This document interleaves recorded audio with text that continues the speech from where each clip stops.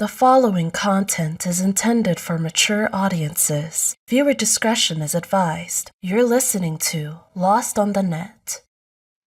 Hello, and welcome to another episode of Lost on the Net. Now, I know, shockingly, this episode is not monumentally late. That's because I started work on it around the 15th, and I'd like to also think it's because we have a smaller selection of segments than we do normally. Now, the main one, I think you can probably tell, is Combat Johnson Part 3, because I want to say, a couple of hours after that video came out, I had 3 people all contact me with their stories about CJ. So I wanted to end this off properly, because I think you're going to see, after this, there's really no way I can continue talking about him. Now, besides him, we have Cyraxx, Ethan Ralph, Tophiachu, Chud The Builder, and Cenk and Hasan Piker. But before we get into CJ, I figure we're going to start out with a different goblin, that being Cyraxx. Now, we covered Cyraxx a couple of episodes ago, and I'm currently working on the Miss Kelly Saga video. So I figured, hey, you know what? We'll cover Cyraxx here, get me back in the mood to watch him. And it turns out, back in March, we missed something because Cyraxx made a little return on March 10th. What's up, guys? My name is Chance. Whoa. And I am a former victim of... Yeah, he posted all of this on TikTok, by the way. So here's his common sob story. These people went after me for no reason. I was illegally entrapped. Of online bullying, harassment, and trolling. My story starts about 7 years ago. Oh, he's back to 7 years. He always used to go off screaming, 7 years, Marty! 7 years! But then he magically turned it into 8 years one day, and I was in shock because I thought he was going to be stuck on 7 years forever. But no, now he's back to that. Right around there. When I started getting bullied online for videos I was making on YouTube, which were mostly vocal covers. Oh, those are bad vocal covers. They were very popular back then. And if you don't know what an AMV is, it's literally... everybody knows what an AMV is, Cyraxx. Music video. I was doing that. Doing my own thing. You know, working on music, posting music. And then all of a sudden I started getting bullied a lot more. And then somebody decided to do something illegal. Oh yeah, Kate from Astral Mafia, she got you, Cyraxx. You thought you were messaging children, and then she posted it. That's not illegal. And notice how he doesn't say it either. He just leaves it vague. To me. Which I can't really go into detail. Oh yeah, can't talk about it because you look so guilty. And trapped me on here. On YouTube. And that began my downward spiral of... Your downward spiral, Cyraxx, was the day you were born. If you ever hear Cyraxx talk about his biggest accomplishment, it's that, hey, I was born, what was it, 6 ounces? No, Cyraxx, the doctors kept you alive. You had absolutely nothing to do with it. being bullied even more. I've now left this house. I had no friends left. Yeah, you don't have any friends left after Jake. Jake was the longest hanger-on to Cyraxx being his friend that I can think of. But even he had his limits. All my friends basically abandoned me. Actually, you know what? Did they all abandon him? Or did he just, finally make them snap? Because now that I think about it, I remember one time, Marty said, oh, I'm coming to your house, or I'm sending someone to your house. Cyraxx called Jake while he was at work and said, hey, your job doesn't matter. Get over here. You can get a new job. Well, why can't you get a job, Cyraxx? Family disowned me. Yeah, I think Jake was done with him after that. Oh, and also, yes, your family did disown you. Cyraxx, you screamed about your aunt, Dale Lynn, for months, calling her every name in the book. Is it any wonder she disowned you? There have been public groups made about me on Facebook. Oh, that Facebook group was gold. I think they got banned. I kind of miss them. I was never in the Facebook group, but from what I saw, it looked like a fun time. Reddit, which Reddit's been shut down. There's also a site that likes to attack me. That is very famous for... Oh, here it comes. Kiwi Farms. Making people unalive themselves, called Kiwi Farms. Cyraxx! You went to Kiwi Farms, made an account, went into the Dota 2 thread, and asked Null specifically for help. Don't try to play this off saying, oh, they're an evil website. You went there. Every day I live with this stuff. These people made me into somebody that I never wanted to be. No, they exposed who you are. I've had no help from anyone. The police department Boo-hoo. here has not helped. Cyraxx, you've declared war on the police department. What was it you said? The Akron Police Department are all pigs. And I don't even know how to say this.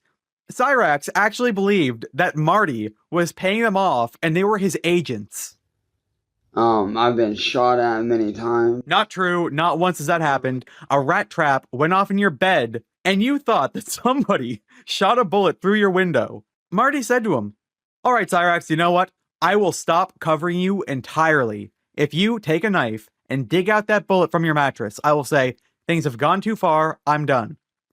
But Cyraxx didn't do that because 2 years after the fact, hey man, the police might need that for evidence someday. Beaten.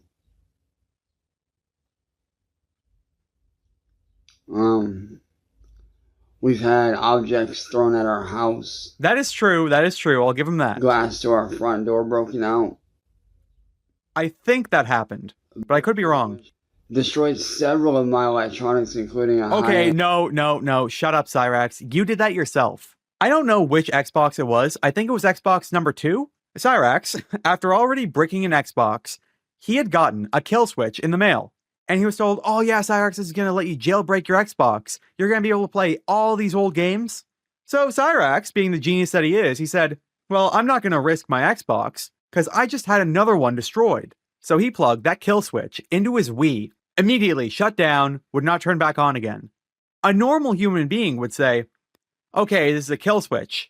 Not Cyraxx, though. He was told, yeah, Cyraxx, of course it did that. That was all Xbox software. Of course it destroyed your Wii. And so, Goblin Boy took that kill switch, plugged it into his Xbox, after seeing it kill another device, and just bricked another device. And gaming PC that was worth over $1,000. And again, he did that. The police department here in Akron, Ohio have done nothing. What are they supposed to do? To help my family. Cyraxx, all you have to do is go offline. It's that simple. They have told you that. They have told Sally that. I think it was August 2024, 2025. There's a body cam of an officer talking with Sally and Ed on the porch. And he explains everything to them. He says, hey, listen, guys, there are documentaries on him. There are all these videos on him. If you look him up on YouTube, you can see everything he is doing. The only way this can possibly stop is if you take away his internet. And I don't know if it was Sally or Ed who said it, but they said, well, if we take his internet away from him, then he's just going to go and turn on us. Sally and Ed need to kick him out. I'm not even joking. He is ruining their life. The only thing they've done is illegally labeled us as 43s, which means mentally. Not illegal. Oh, you know what's sad about the whole 43 thing too? I found out that being a 43, that is only police code in like Akron, Ohio. I was hoping it was like nationwide. Finding out that's not the case is kind of like finding out Santa isn't real. Now, once Cyraxx's TikTok was found, he immediately deleted it. Now, thankfully, we do have this archived, the description. This comes from Wanted Banana on the Farms. This is my story of abuse, bullying, and hiding who I was. I'm a survivor, and I will share my story to help others heal and know there is hope. I'm kind of surprised that he did not use an AI picture for his PFP.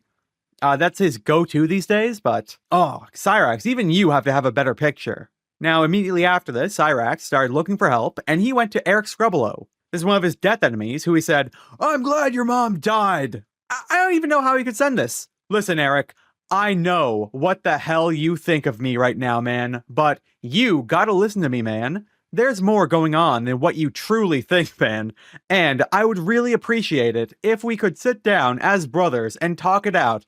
I wanna squash all the bullshit lies that you're being fed, man. I never wanted any of the bullshit that happened to happen. I'm seriously getting fed up with all the crap, but all I'm trying to do is make, before I get to the next slide, let me just say this. You want to know how you can tell if something Cyraxx posted was AI or him? Commas and periods. There is not one comma or period in this entire sentence. He's not spelling anything correctly.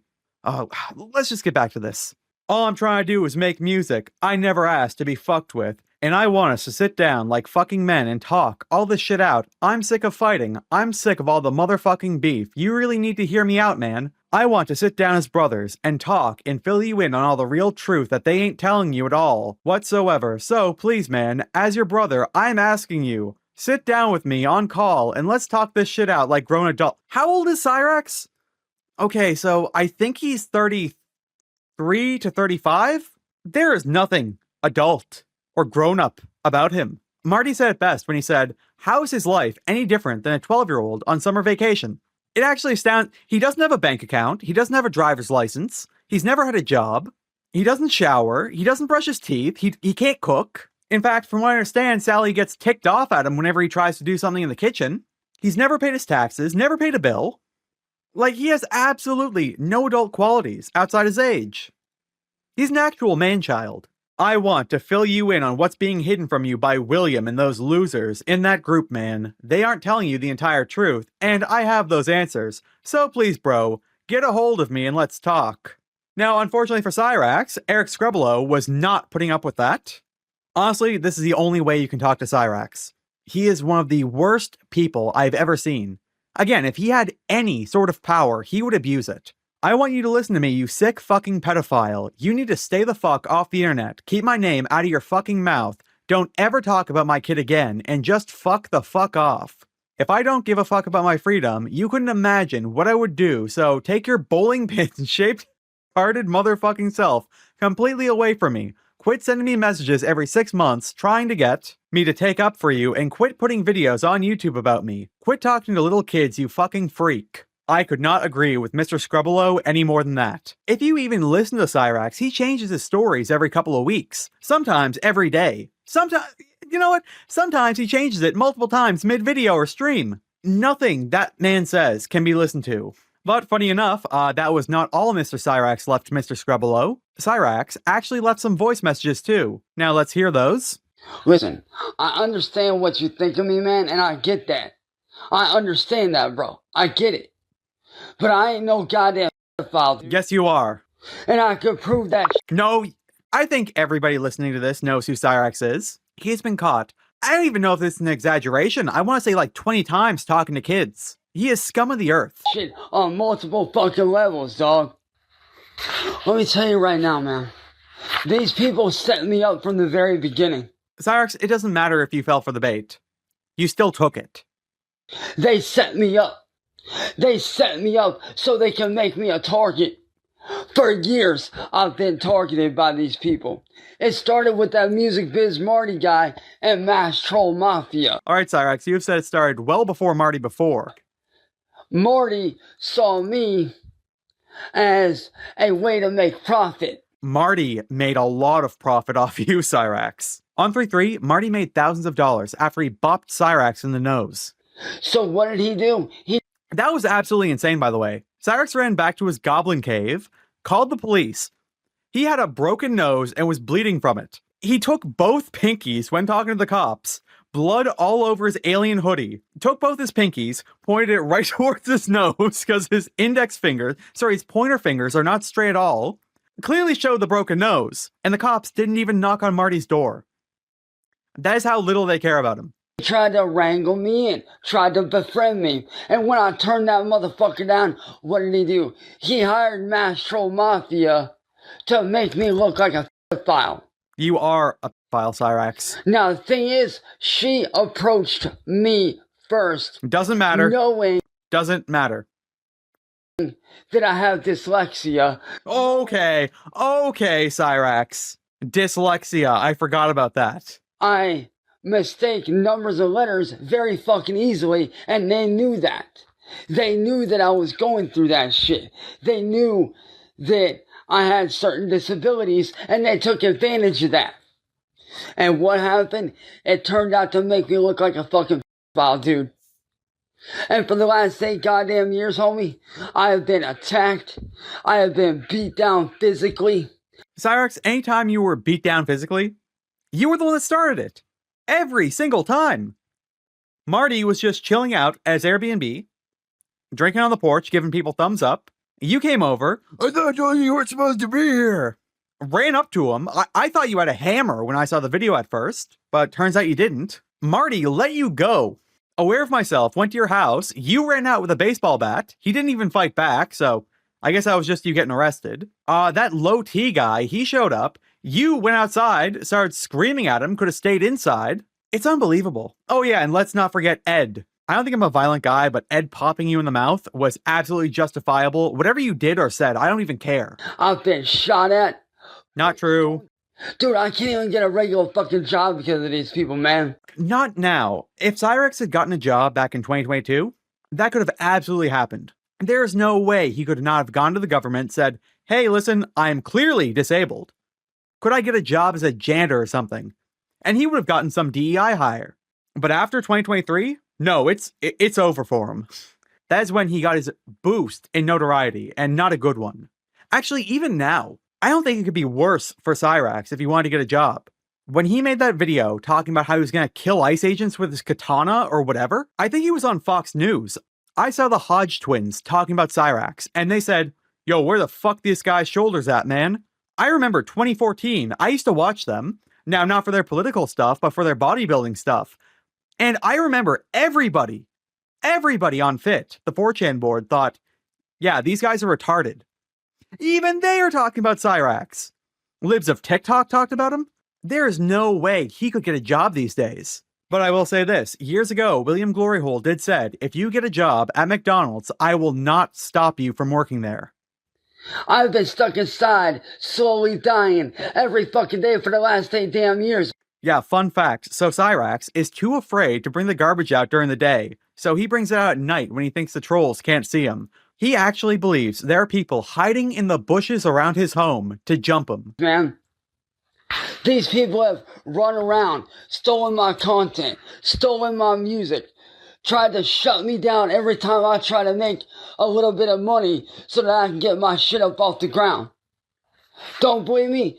Go look at William Gloryhole's shit. Go look at his fucking channel.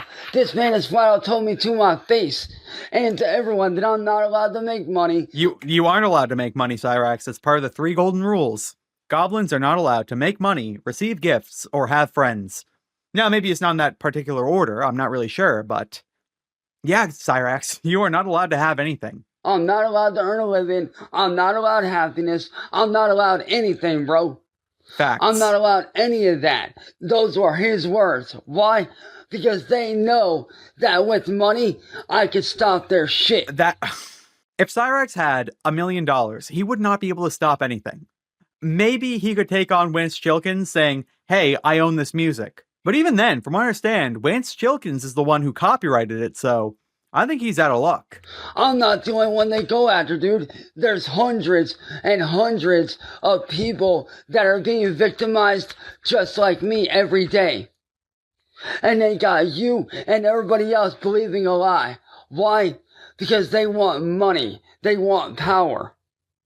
They don't care about what's real and what's not. Every time I try to speak the real truth of what's been fucking going on, every single time I try to speak the real fucking truth, they shut me down. Every time I start to speak out against them, they mass report all my shit. That is true. I think the record for Cyraxx's Twitch account getting banned was 38 minutes after he made it. I could be wrong, don't quote me on it, but I remember watching a record happen in real time and just being in shock. Every time they mass report all my stuff, dude. William Gloryhole came to my house. And No, he didn't. No, he didn't. William Gloryhole has never been to your house. What are you talking about? I realized it was him. Stole all my bricked equipment that they fucking destroyed. And I took it. Okay, so according to Cyraxx, William Gloryhole broke into his home, stole all the broken equipment, and left? Am I not hearing this right? And made a video of them burning this shit.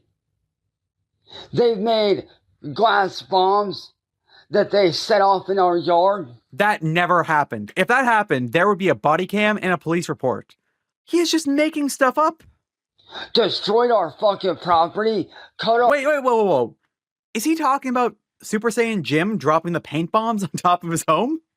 That one was absolutely wild, by the way. This guy would fly drones over Cyraxx's roof, drop mason jars of paint to paint the roof red. And when the cops were called, because, you know what, I'll say this, that is a reasonable thing to call the cops over. Cyraxx said to them, no, this was Marty. He's in Chicago and I'm in Ohio.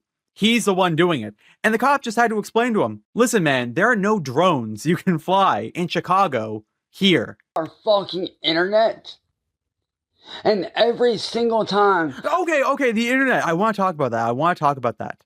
So some guy went to Cyraxx's house, cut the internet cable so that way they had no Wi-Fi. Cyraxx faked some illness so he could go to the hospital to use their Wi-Fi. Now, I don't know what the 339 insurance situation is, but Cyraxx might have cost Sally and Ed hundreds of dollars that night just so he could use Wi-Fi. I try to speak out against them, bro. They shut me down because they don't want me speaking out.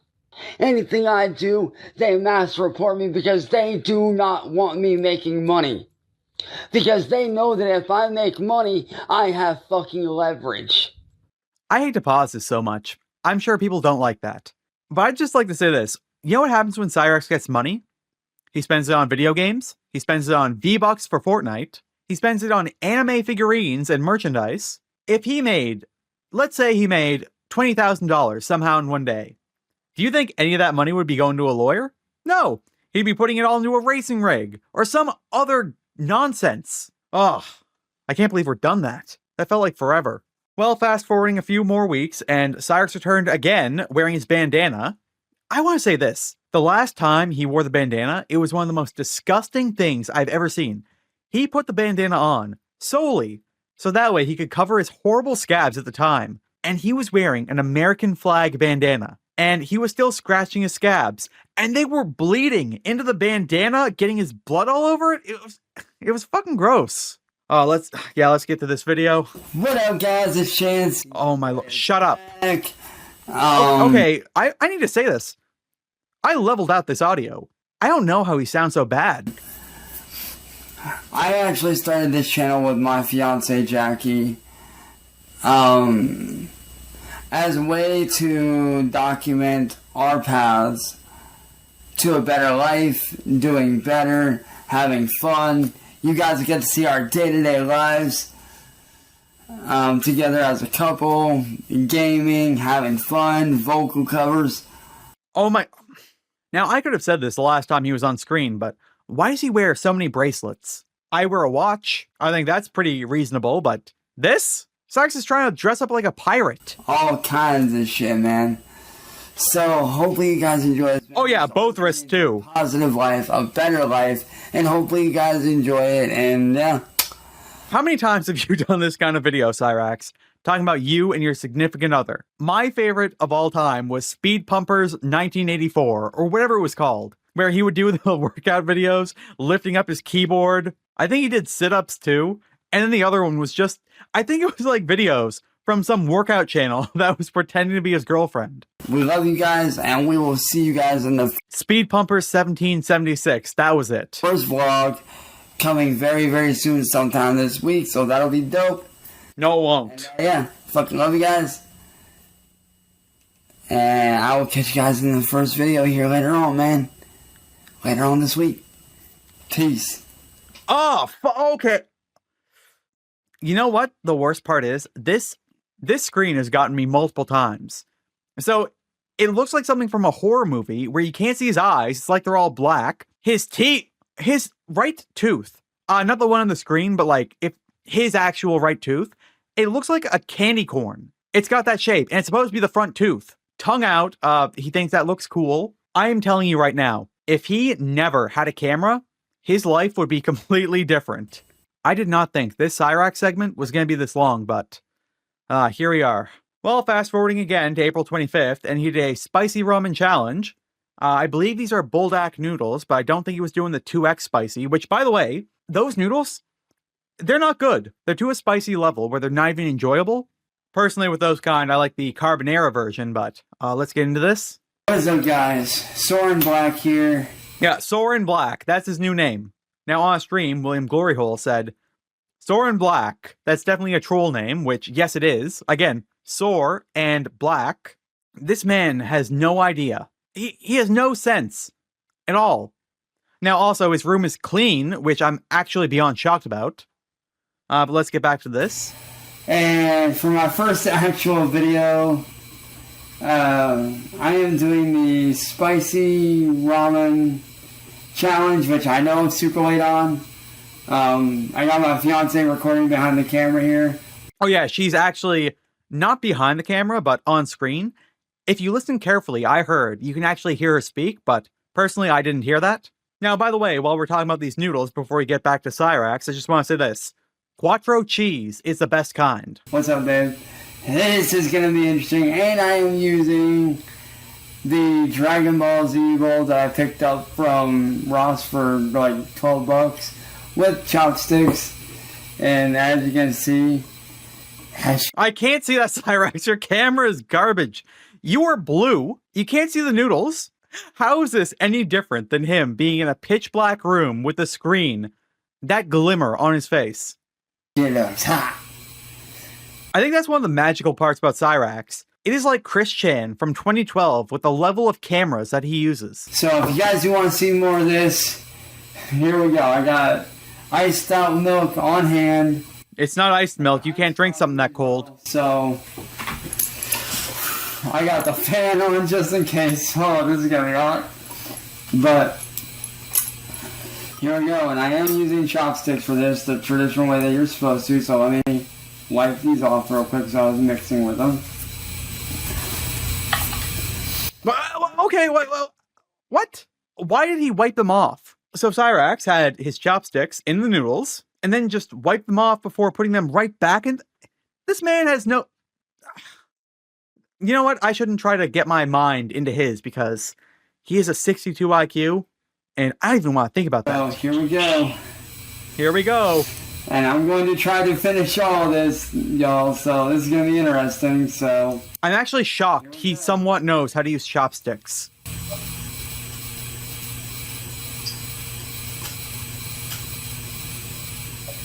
It's going to get a grip. Can't get a grip. Okay, sorry, I was wrong. No, he has no idea what he's doing. Yeah, I'll pencil that shit.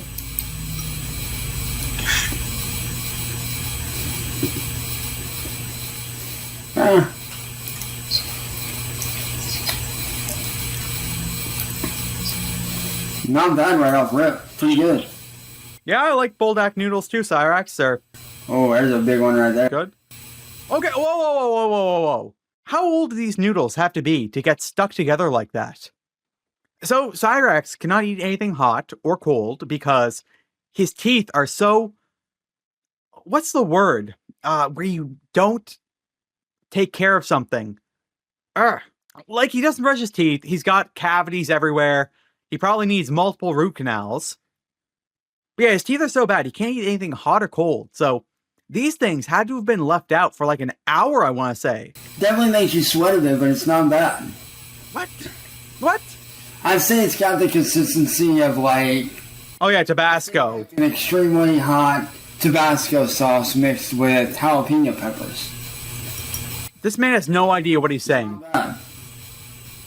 These shots... A couple of months ago, I bought this extra hot Tabasco sauce, and I liked it. I think it was Tabasco Scorpion, but that tastes nothing like these noodles. These are brand new, y'all, so they're still a little slick. I haven't broke them in yet.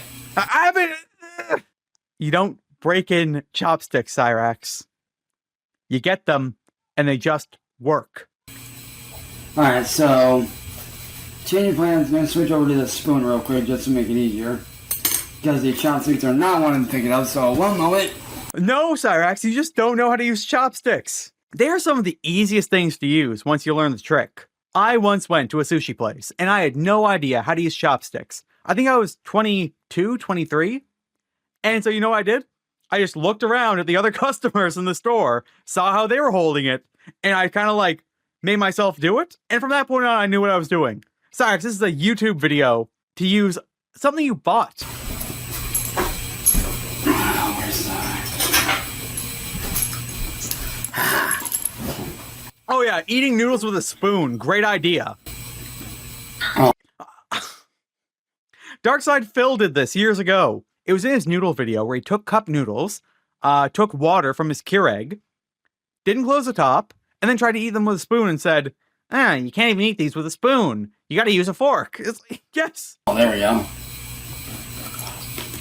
And done. You ate a pack of noodles, Cyraxx. Congratulations. Whew. What do you even say to that? Cyraxx ate a pack of noodles, called it a spicy challenge. Honestly, I don't know how to say this, but him eating anything, it's just gross. Like, I don't want to listen to it. You could hear him banging his spoon against the bowl. Now, this was followed up with an intro video to his new channel, Soren Black. Let's pull this up. What up, guys? Oh, my lord. It's your... What is he wearing underneath his t-shirt? Now, I remember back in the 2010s, there was the cringiest shirts I could imagine. They were t-shirts with a little bit extra underneath the sleeve to make it look like you were wearing two t-shirts. And he is wearing a long sleeve shirt under his regular shirt, all the way up to the knuckle of his pinky. Okay, the knuckles of his entire hand. A Naruto headband on his wrist. Oh yeah, and of course, his hat. The writing's on his side. This man is living in 2006. Typical run-of-the-mill, average, alternative gothic gamer here. I'm your host, the one and only... Every time I see his teeth, they are different. They are in a different position. I've never noticed that gap before. Soren Black. Allow me to introduce myself. First off, my name is Soren Black. Welcome to the channel, guys. Nice hole in your wall, Soren Black. Great time here, and I hope you guys are having a great day, afternoon, evening, wherever you guys are at. I hope you guys are doing well, and I hope you guys are staying safe and healthy and staying hydrated and eating a lot and staying hydrated and good health. But all right, you know what? I feel like I need to apologize for even including that. That was garbage. All right, thankfully, we only have 2 more Cyraxx videos before we get into CJ. Now, the next one, him showing off his racing harness. Now, if you are unaware, Cyraxx, somebody who, I don't even know how to explain this, he plays racing games, and he uses the big boy wheel. But he also has his dead uncle's LGBT rainbow suspenders that he uses as a seatbelt. I don't understand why you would ever need that. He says he needs it to keep him from flying out of his seat, but...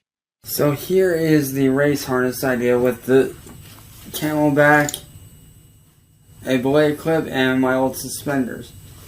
Oh, okay. They're not the rainbow ones this time. As you can see, I have this right here for going over my chest. Now what I did is I took these and I attached them. Okay, I'm sure there's somebody here who is into sim racing. Could you tell me in the comments why you would want a pretend seatbelt? Does it make it better? Because I couldn't see that. Right there. And then there they are. Cyraxx, come on. How do you not realize this is the dumbest looking thing on the planet? Okay, it looks like a face. Crying rainbow tears. That is Cyraxx's chair. It does not want to be there. I ran this through the back, tightened it up, and then ran it down here to the side, right here, so they stay clipped in. What is he talking about? Into this. And they're not coming undone, they're not coming detached. And then all I do if I want to use this, I take this off like this.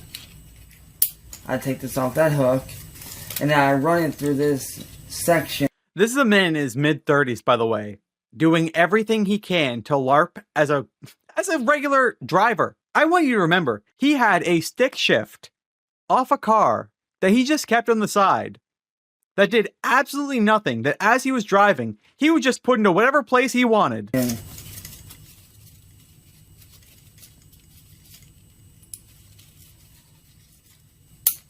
Like that. And I sit down and I shoulder it.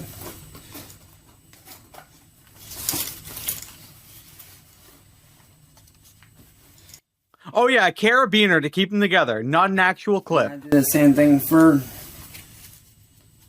Cyraxx, is that a backpack? Is he wearing a backpack? That's the only thing I could imagine he's using right now.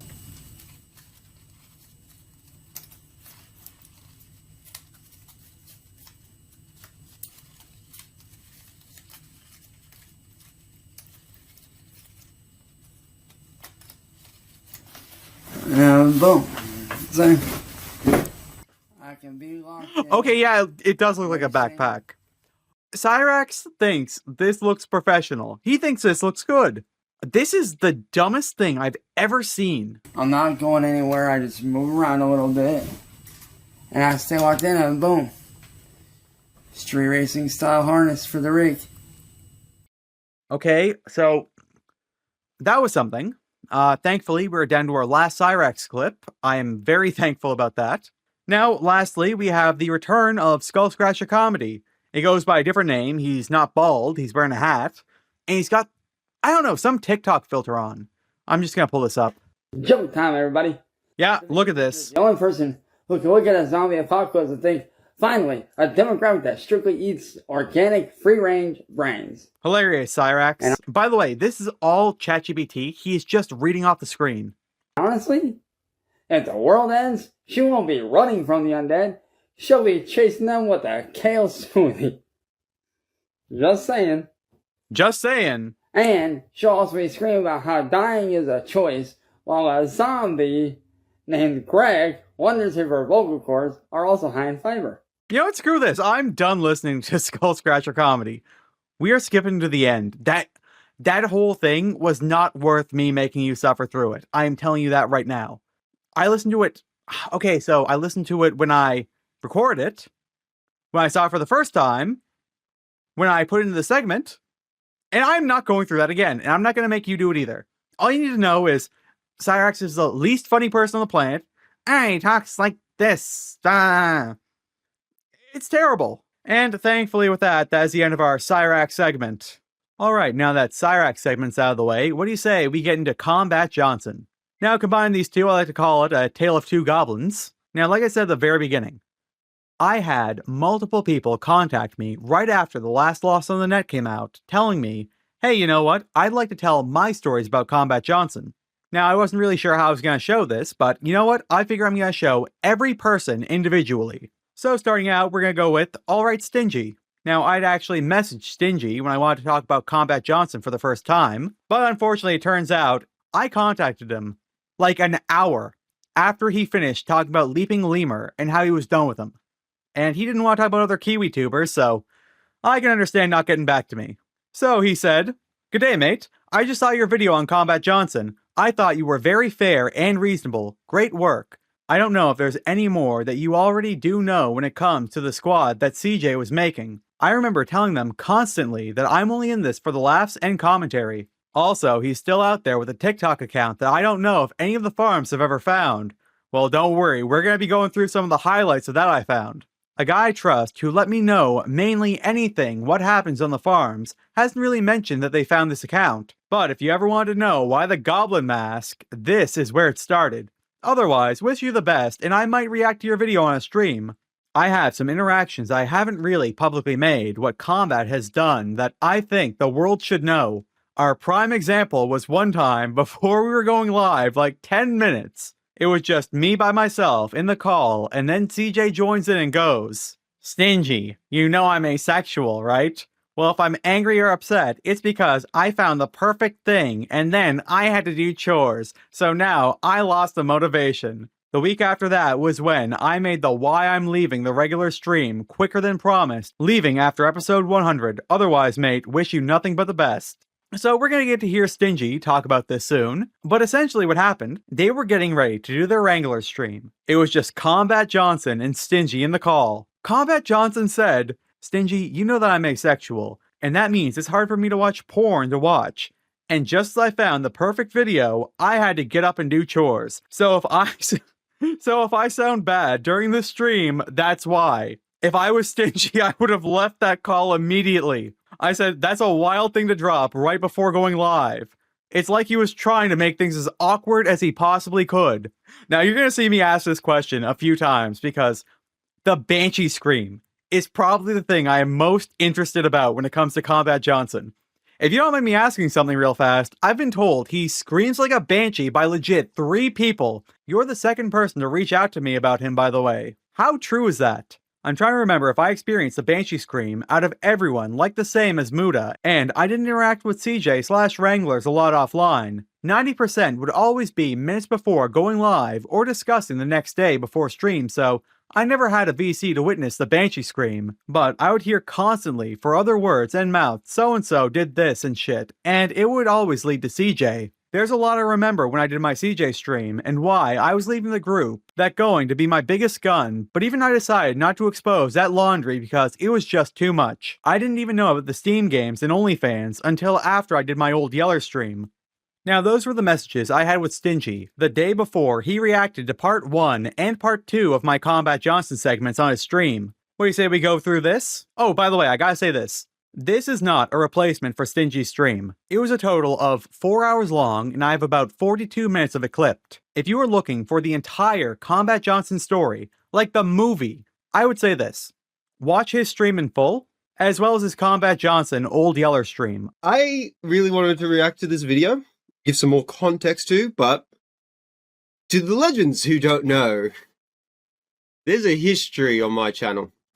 Oh yes, okay, I should probably say this. This stream was titled something along the lines of, Combat Johnson is my personal Bo Blacks. Called The Wranglers. And that was a podcast group where how I met Mr. Muda. And we're going to go down memory lane and look into this. With that podcast group, I still remember I was, they were like, hey, we're going to start a podcast. Would you like to be in it? And I was like, not really, but I'll be like a guest or like, you know, you could like, if I have time and stuff, I could be on. And then we did the first episode and I really enjoyed it. Had a great time. And then I was like, oh, when's next week? Next week, same time? So I basically did that. So that's how I became like the permanent host of like the Wranglers and like a main thing. Cause like I enjoyed the first episode. I was like, oh, this is a good time. And that's how I got into streaming. I even found out today, like, well, yesterday technically, but even then, I found out that the Wranglers YouTube channel, that all the videos were deleted. Yes, Stingy just found out from my video, the entire Wranglers archive has been lost for months. And like all that stuff, and it was one of those like, wait, what? Wait, all the shit was gone? What happened? And give context, because people do criticize me about a thing. Alright, so this is going over the messages with Strasse. I showed these in the first segment covering Combat Johnson, and since, no offense, I'm positive this video is going to get more views, I think it's only fair to give Stingy a chance to explain himself. Thing I did, and the thing I did was just not pay attention to someone because I had 12 other people in my ear, like saying, before this guy even messaged me, and I got the screenshots of like, block this guy, don't interact with him, he's doing this and that. So like I had 12 people telling me this. So when people go, oh, he ignored this guy's messages, like, yeah, because I had 12 people that I considered friends at the time tell me, block this guy. And you would normally, naturally, as a human, trust your friends. At the time, Strasse was being absolutely demonized by all these people, and they would tell everybody, hey, don't talk to this guy, he will dox you for no reason, he will go after you, he will harass you. None of which is true, and it's why I like to promote the Harvest Report so much, because everything he said was pointing out exactly what was being hidden from everyone else. But even then, I take fault and go, yeah, the problem I did was blocked him too soon. There's Combat Johnson during the day. Oh, I love this part. Oh yeah, this is kind of like Audentumception. So I am reacting to somebody reacting to me. It's like one of those old slideshow YouTube commentary videos. Johnson on OnlyFans. Yes. So, like, they had an OnlyFans. Now, at the time, when the first got leaked and bombed, all I knew, and what people told me was... Oh, okay, so I hate to interrupt Stingy here, but I gotta say this. So, my parents know about my channel, and one day, while I was on the phone with them, they said, hey, who are you talking about this week? And so, I told them about Combat Johnson, and so I sent them the picture on the right, and I sent them the picture on the left. Well... to your credit, Combat Johnson, both my parents say you look better on the left. Combat and his wife had OnlyFans, and it was like all of the co-hosts. So I was like, how funny is that? He had an OnlyFans that he would use to exchange Steam keys for butthole pictures. Like, oh, okay, well, I don't want to see these photos. You know, like, I don't want to know. And the only photo I ever saw was constantly this one here, because when the not safe for, not so. Oh, I have seen a lot more than you have, Stingy. Stupid fan Discord server got bombed, raided and shit, because Combat was a bot. This was at a time where I was trusting too many people in life, and this is why I'm now way more like I'm to myself, keep distance, way more than anything. But this was at a time when Stingy was way more, you know, way more friendly and shit. Yes, this is why I recommend do not talk to other KiwiTubers. If they ask you a question regarding something, go ahead and answer, but otherwise, stay away. Keep your distance from each other. But I didn't know about a certain thing that Combat Johnson did with their OnlyFans. They here it comes. Shit for Steam games. Yes, it was like Devil May Cry 5. That is the game he did it for. I played that game. I put it down after a couple of levels. I thought it was fun, but I would not trade my dignity for it. I'll send nudes for Steam games, and it would be like I found out about that shit when I did my stream about Combat Johnson, of like why I left the group and like what they did and stuff. And I'll show when we get to it. I'll show the bits of like the moments. We'll send lewds for Steam keys. I found that comment out like fucking 4 or 5 months after I did my stream of like, fuck Combat Johnson. Could you imagine? You've been talking to somebody for 2 years, and then you realize you are connected to this. It would be like the end of Shutter Island, where... Okay, so should I spoil a movie that's over 10 years... You know what? No, I won't. What they did and all this shit with like the TCG and like trying to like use the group as a fucking shield instead of their own consequences. Yes, Combat Johnson used the Wranglers as a shield. If he got into a drama, it wasn't just Combat Johnson you were going after. You would have to fight the entire Wranglers because he would drag all of them into his arguments. And shit, it was a lot of shit. But when I saw this, I was like, oh my fucking god. I've already told people behind closed doors about this interaction. I was told about this 10 minutes before going live. Yeah, alright, Stingy, he says it's a lot better through voice than he did in text. One time. Addendum now knows about it. I told him about it. Chinchilla knows. I've told him. I've told a lot of people where it's like, yeah, I was gonna mention it on the stream, but like I didn't want to like mention the OnlyFans stuff. Okay, so I want to say this about Chilla. So I probably could have messaged Chilla about, hey, what happened? But I've been sent so many leaked screenshots of his conversations with people. I didn't think it was necessary. Like, I've got all the information. It's just like, I wanted to talk about blah, blah, blah, this. And then it was like, oh, did you know about the Steam keys? And I was like, well, what? What Steam keys? I was going to stay. I wanted to leave the group at like already around episode 50. I was already pretty tired of it. And the idea of like, I wanted to do... Should have left, Stingy. Should have left. A fucking multimedia like show and shit, blah, blah, blah. I think it was episode 77. And because the fucker, though, deleted the chat... Yeah, unfortunately. This is the worst part. I had the chance to archive episode 77. But I said, I'm only focusing on CJ. And so I figured, hey, you know what? I'll just cover the episodes where it was just him and Wandering Wendigo. I could have archived this, and I should have. So I'm like, I was full blown like, what? Found out just then, like today, it's deleted. So I'm like pretty pissed off about that. Yeah, this is legit what Jeremy from The Quartering did with the Tism podcast. He had all these co-hosts who for years, they were working together on this project. And all of a sudden, one of them says, you know what? I don't want this up here anymore. And just deleted it. Not caring for the rest of them. Didn't bring it up with them beforehand. Nothing like that. The disrespect he had for everybody else's time, all their work, all their commitments, is unbelievable. And we're going to hear later more about Combat Johnson, how little he cared about the rest of his co-hosts. 77. Like this episode here. So Combat and Wendy decide to fully be in charge of the docket and do the episode. And not only that, I'm going to spoil something. Not only did they decide, hey, we're going to be in charge of the docket. They were in charge of the logins. They were in charge of all the accounts. And it was mainly CJ who ran all of them.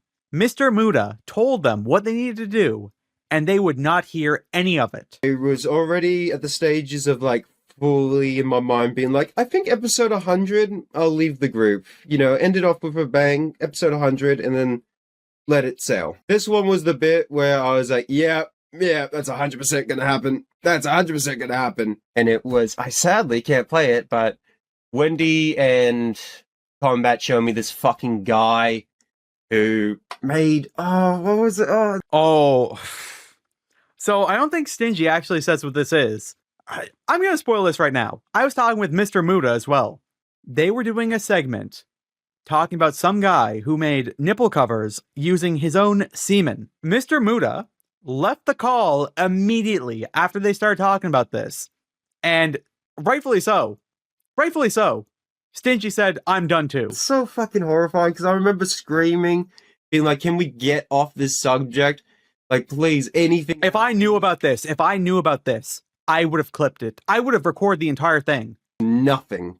Like, nothing much. He was like, no, we've done your segments. You gotta keep going more. It's like, oh my god, no, I don't want to see this shit. This is fucking vile. It's too nasty. Muda leaves this stream legit there because he's like, fuck that. That's too much. And because Combat doesn't have a good computer anymore and shit, and I took over streaming as the main, because the original streams, Combat would stream mainly and stuff, and their computer was shit, and I'll be like, well, I have a powerful computer, I'll give it a go. I regret spending my time with CJ. I would too. Listening to other people and stuff. I regret having CJ in my ear, because they would do the, like, victim shit. It's like, oh, me, I'm so... Oh, we're gonna see this. Combat Johnson plays perpetual victim, just like Cyraxx does. And he will tell different things to different people. Sad, I'm just a fucking doofus. And it's like, oh, CJ, I'll figure... And then now I'm, like, with hindsight with this, it's just full-blown, like, yeah, this guy's fucking manipulative. It's like, I take full responsibility. He is. For me, with my fuck up here, because it's just like, yeah, I had fucking people in my ear telling me shit. This guy's manipulative as fuck, and I'm someone who, in the end of the day, wants to always try their best to believe that they're friends. People go, like, the critique is, Stingy, you didn't listen to Strasse at the time. I'll give the context why I didn't listen to Strasse at the time, and I have these images here to show too. Before, like, months and shit, I would keep hearing from 12 or 8 different people saying, the Strasse guy, don't trust him, and there would be people who would be like, okay, well, you're friendly with me. I don't really have interactions with Strasse a lot. The first, like, early DMs we had were, like, a video game, something to do with Kiwi's 100k, like, to set up the time. But the main thing I knew of Strasse was he was Kiwi's head mod back in the day of Kiwi's old Discord server. So then, when I had people like Kiwi tell me, yeah, block this guy, you know, many months before, I got this message right here. And then May 22nd, a month later, basically, my dude, I've always seen you as intelligent compared to other mods. Wondering is walking you guys into a stance that you are going to regret. This isn't a threat. I cannot describe the lies and misinformation they have spread. But the reason this is happening is due to them being perverts with a providable record of attaching like disgusting fucks. Not unhinged, nor am I spurging. I've always told the truth, always remained consistent. They are running from a reason. And isn't simply because I trolled them. Wondering is a virtual signaling you guys into defending scum. So, like, I got this sent at 11:30 p.m. on, like, a weekday? What day was this on? Now, we're just going to pause Stingy for a second. I'm going to say this. Strasse has always been consistent with me. I've never seen him take double standards. And something he does, unlike every other KiwiTuber, he will not make videos on a pedophile for content. He will actually take evidence, collect it, and send it to the police. He has done this multiple times, and honestly, I could not respect that anymore. I respond, because, like, as always, I said, like, day one, like, I don't want to be, like, this hunting group or, like, what's going on and shit, because I had no idea. No one tells me shit, because of, like, time zones. So I say, mate, I am just watching from the sidelines. I don't want to get involved. Cheers for the message. Take care. So I'm thinking like some other shit, like what's going on. Like they're involved. I'm not being involved in this at all. I have no idea. I just usually watch on the sidelines. So when people go, "Oh, Stingy's fault is he ignored evidence," it's like, yep, I will take accountability that I did because I listened to my friends, you know, at the time being like, I trust them and shit. Because I look at this and go, right. Oh, this is a good one. This is actually Stingy finding out why Mike Mushka got doxxed. Not because Strasse went out of his way to dox him, but because Mike Mushka added him as a friend with his own personal Facebook. Hey, what? What a fucking moron. And shit. And like, people told me this was like, after Mike Mushka does the YouTube view botting, then it goes, oh yeah, did you know he also got doxxed? And I was like, how did he get doxxed? It was like, well, because Strasse found his Facebook. That's what they told me. And then I find out, I was like, no, Mike Mushka sent Strasse a friend request, actually. So it was full blown, like, these, like, fucking liars. I had to deal with fucking liars, like, spinning the narrative to me and be like, okay, well, you know, I believe my friends. I want to believe my friends. And I look at this now, it's like, oh my god. And Audentum sent me a message, but it was deleted? I don't know why it was deleted, apparently. But no, I sent Stingy a message saying, hey, listen, man, I'm covering CJ. Got a couple of questions for you. And I want to be as fair as I can with somebody. So I said to him, hey, listen, I don't like what you did with the Zang stuff, but I'm willing to hear you out. For some reason, he had his messages into, like, encrypted, like, 24 hours. But I read it. I think it was very fair and reasonable. It was about, like, what my thoughts and takes about this video he wanted to do before it was announced. And it was legit the day, like, the exact fucking day I did the Lima files. So, like, Audentum just grabbed me on the wrong time to ask me generally, like, oh, wish to make a comment about CJ? It's like, I just fucking, blasted Leaping Lima. I am not in the mood to blast another fucker right now. If he had gotten back to me, I am telling you, CJ would have been much angrier.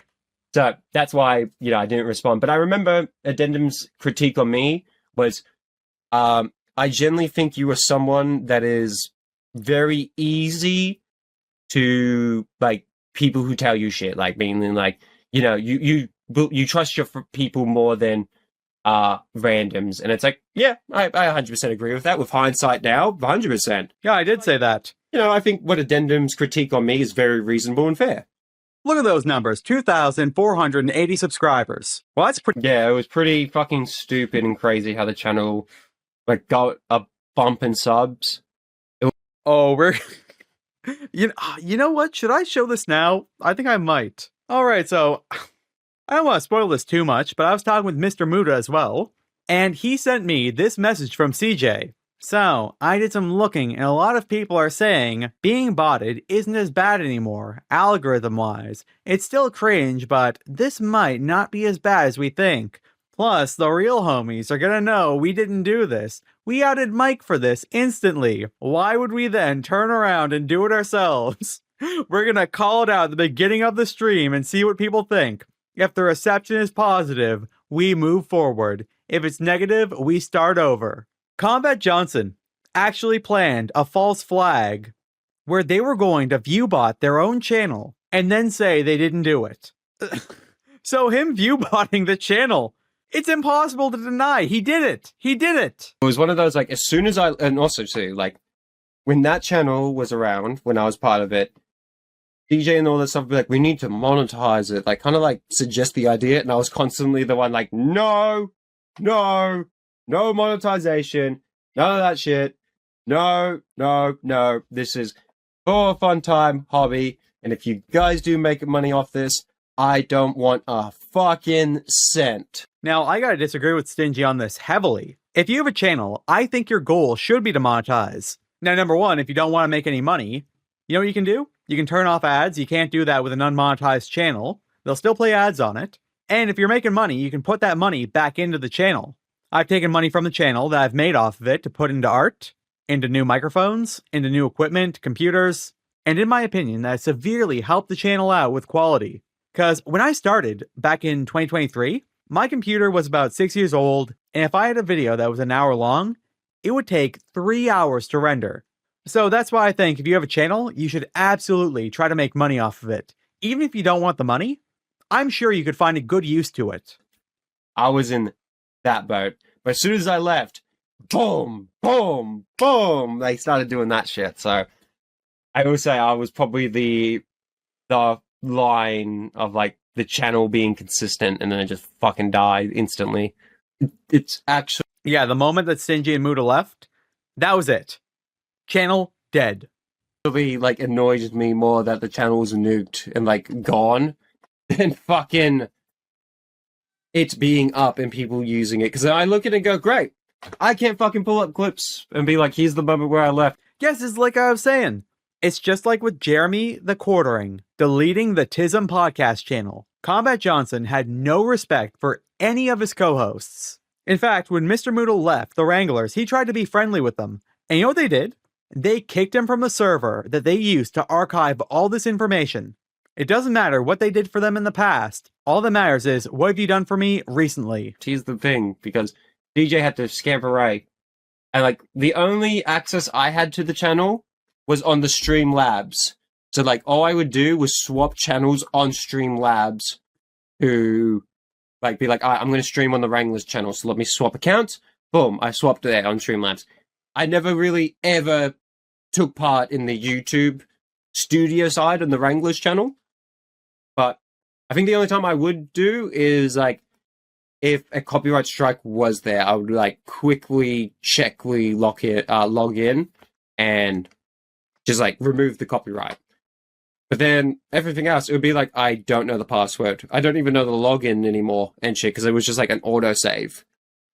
But the Wranglers channel, I am actually devastated that it's fucking nuked. I'm a firm believer of, like, don't delete your content, keep it up, because that's one thing. There's a lot of my time in life is gone.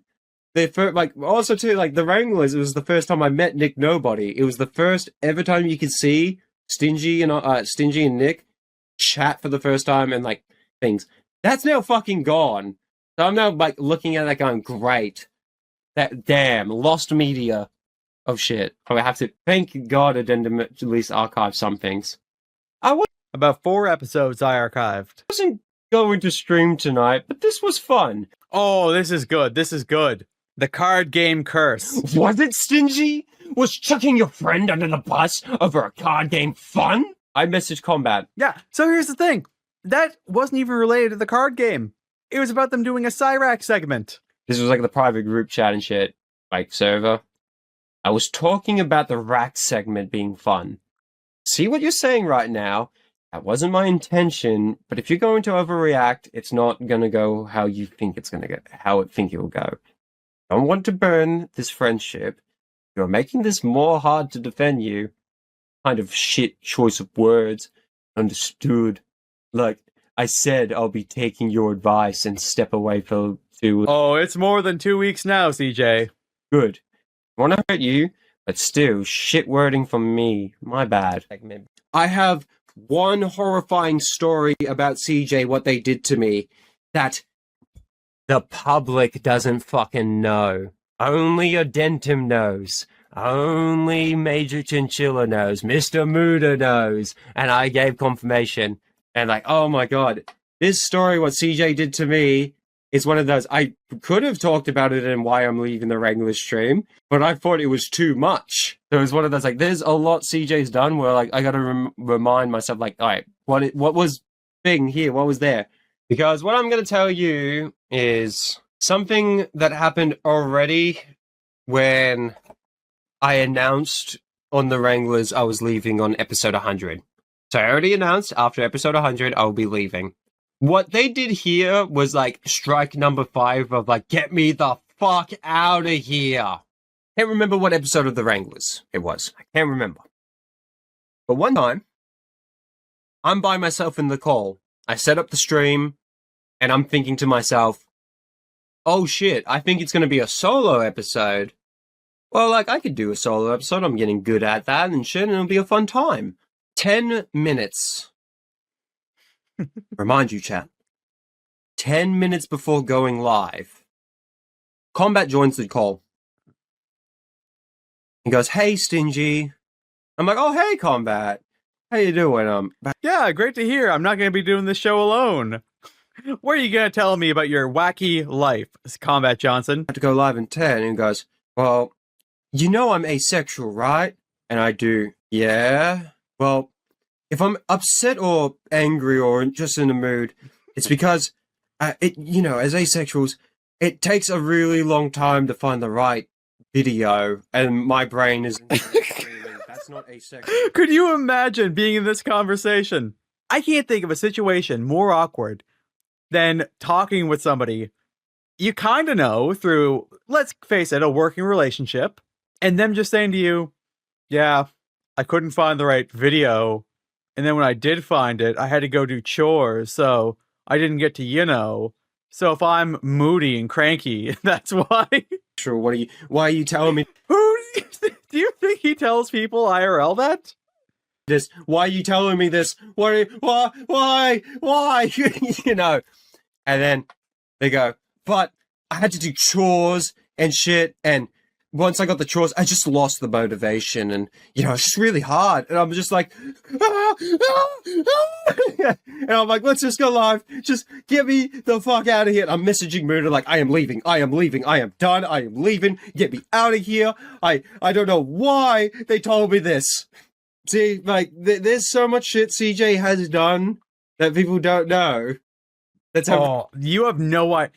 Everybody who talks to CJ that has contacted me, all of private things Combat Johnson has said to them that nobody else knows about.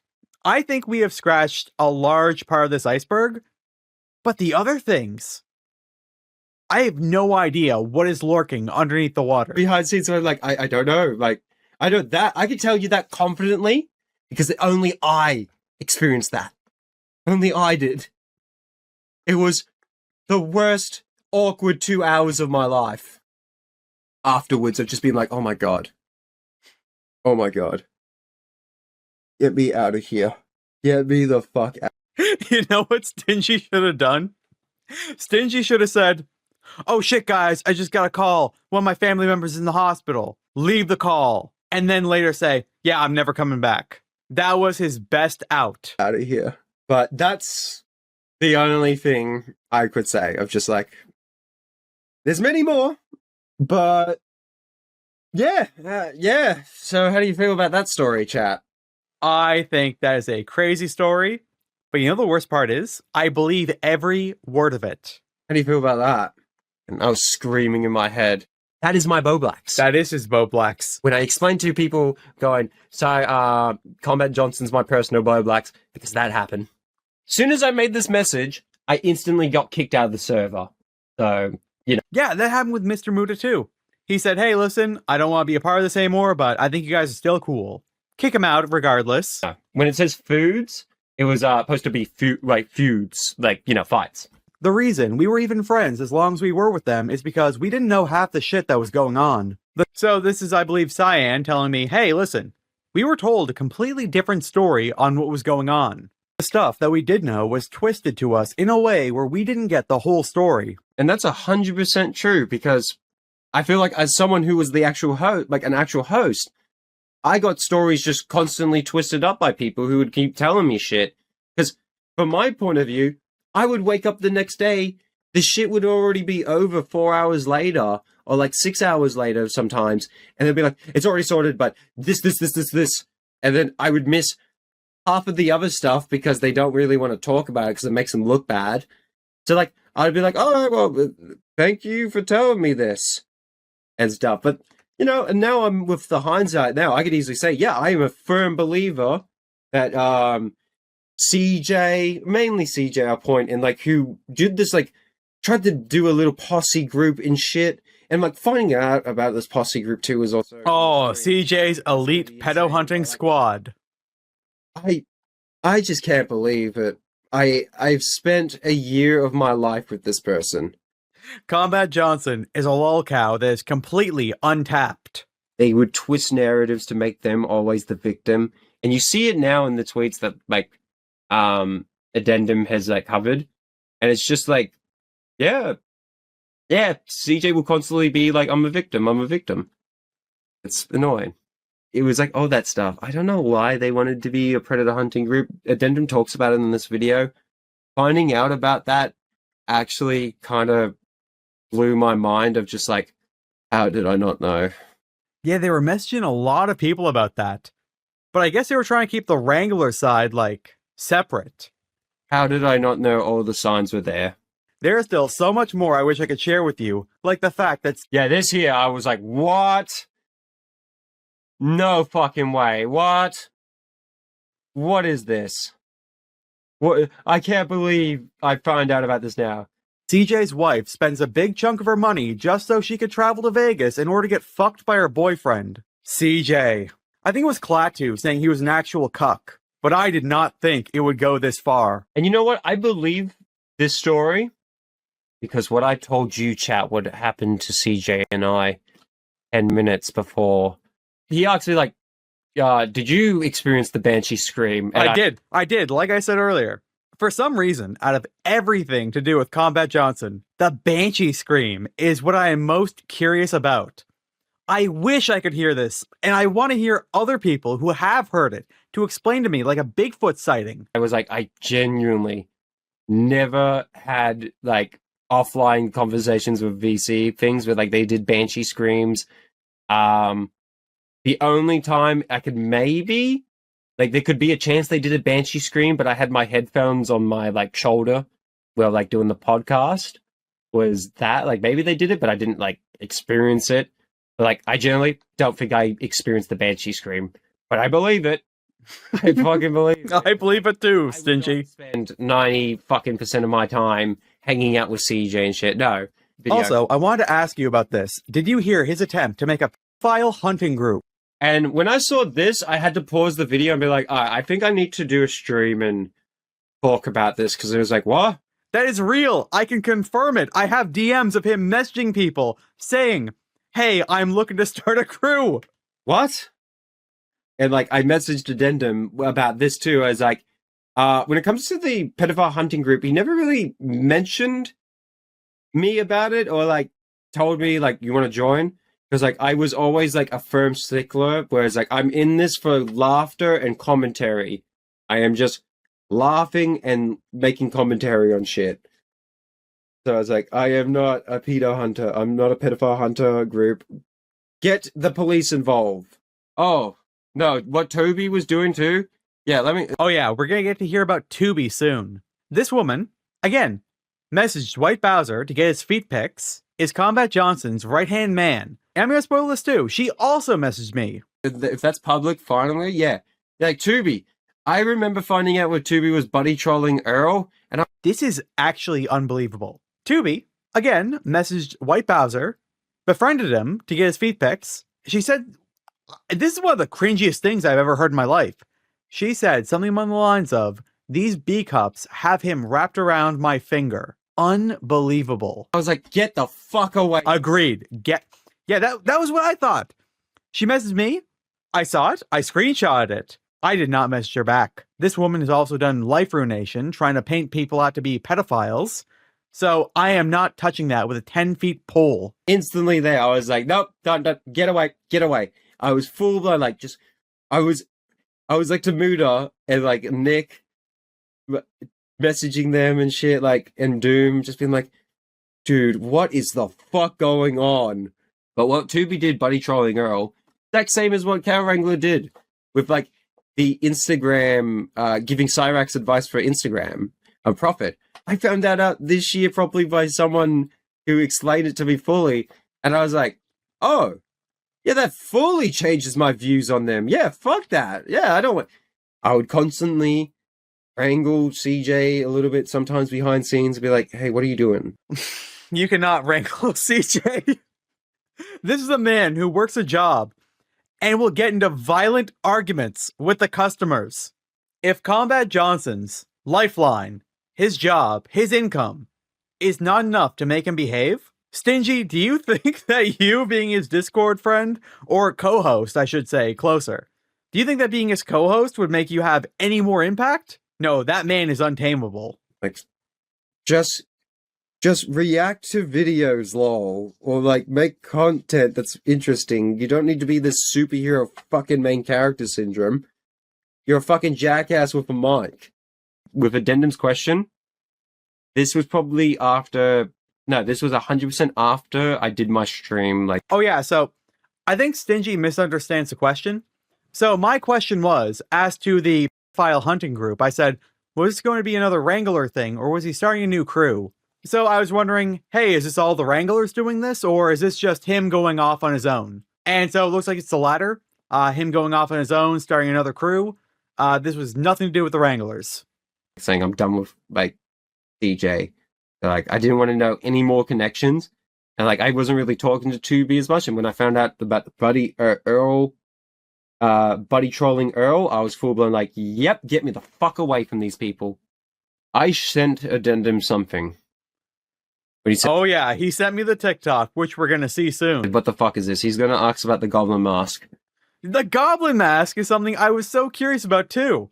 In my head, I thought, oh, it's going to look like he does in his PFP. Goblin, long ears, and a teal wig, or whatever that green is. I don't actually know what teal looks like. No, it is worse than you could imagine. I sent Addendum something. I'm not going to show it on this stream. Oh, but I'm going to show it. I've already archived everything, though, on it. So if this account randomly gets deleted, not my stream, but what I'm talking about right now, it's already archived. I've got it saved. I think that's him reading out my message to him. People want to know why about the Goblin avatar, what CJ was using. Yes! Right now, Addendum's... I think Addendum's seen the message. No, he did. It was like the first thing I also sent was, yeah, so you want context about the mask? Here you go. Have a look at this. And...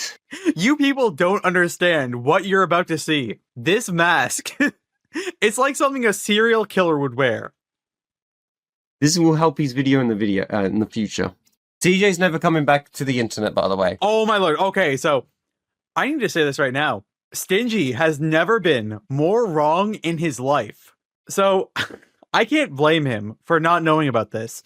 At this point in the stream, he was streaming for between 2 and 3 hours. While he was streaming, Combat Johnson posted this.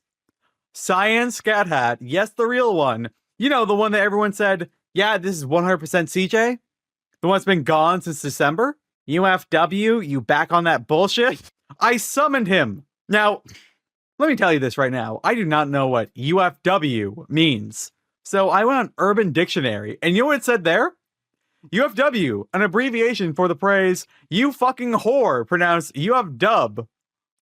You fucking whore, you back on that bullshit. Now, I don't know who he's talking about. Is he talking about Cyan? Is he talking about Cyan Top Hat? Is he talking about me? Is he talking about Stingy? Because he posted this as Stingy was streaming. I have no idea. And this is the last thing he has posted since all of this has gone down. This man is magical, but for all the wrong reasons. I was messaged from someone saying, like, someone I trust very much, that, like, yeah, if they come back, very big consequences will happen to CJ. Big consequences. Now, I never took a screenshot of this, but let me pull up what those consequences are. Now, Stingy said, consequences mainly just people call out their shit, and justifiably so, how much of a piece of shit they are, and that they should never be trusted. Now, that's absolutely true from what I've seen. Combat Johnson snakes everybody around him. He talks shit behind people's back, constantly. I have multiple DMs of this, by the way. So yeah, those are the consequences Stingy is talking about. I don't really want to say it, but yeah, it's something where it's like, yeah, it's probably the thing they need. As you know, CJ pretended to be me a couple of times, but the second time is the most important. This is a very important part. I'm going to give Stingy the full mic for the next little bit. Here it is. Oh, yes. Okay, good. Good. This is very important. Okay.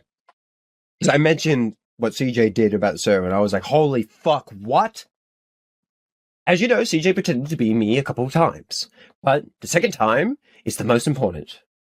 The guy I tried to expose, Yellow Warberry, was part of a Discord server that you have to pay to enter, called the Radical Zone.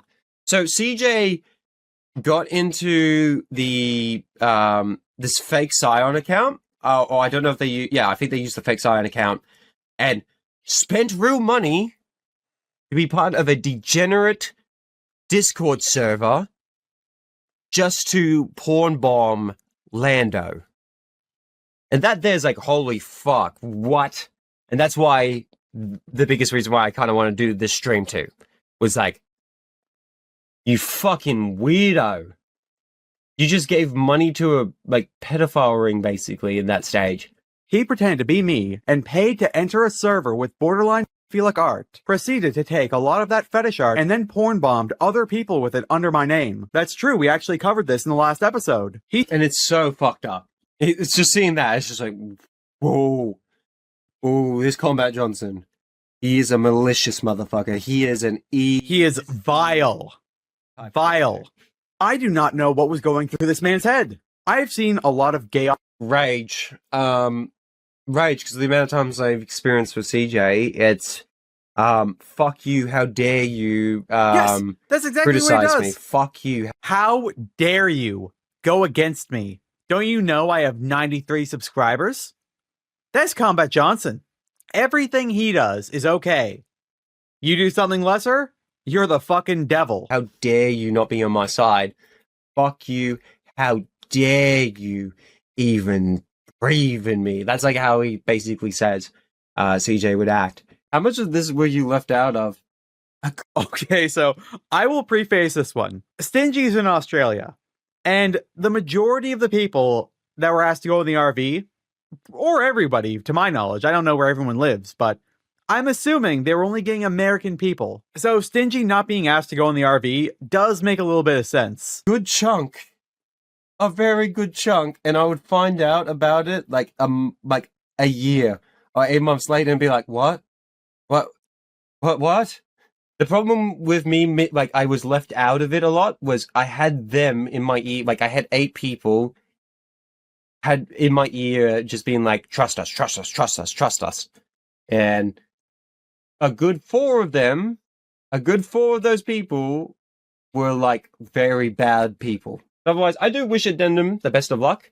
I have sent him something that his next video might fucking love, and hopefully you guys will. Oh, I do love that, Stingy. I ain't gonna talk about combat anymore.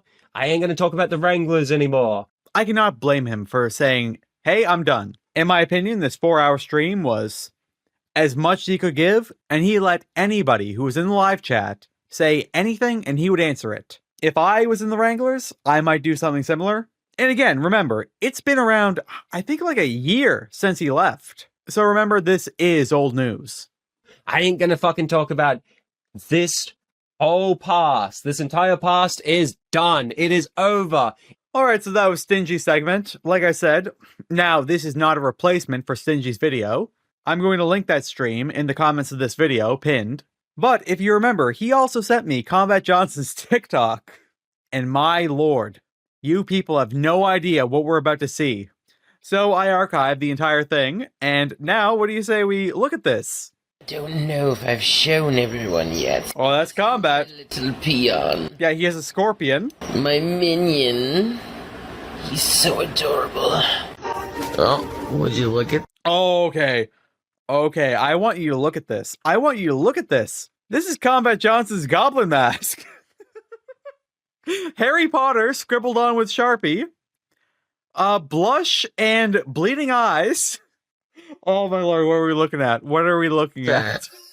Looks like the mask is calling. What do you say we go back a second? What do you say we go back? I don't have anything to say about this. I don't have anything to say. Okay, so this must be an early video of the mask compared to what we just saw on the wall.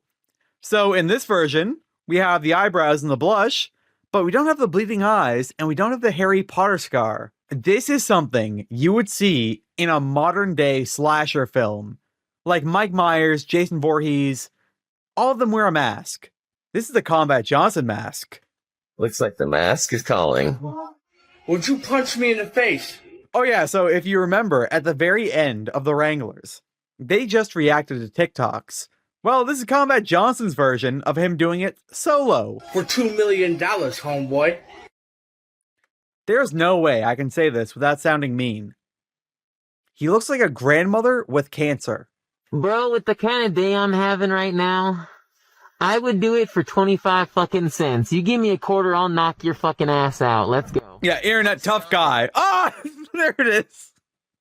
Get some help. Over the next 30 days, I'm going to do every ritual I can to be possessed. You know what? As a pagan, I don't even believe in hell.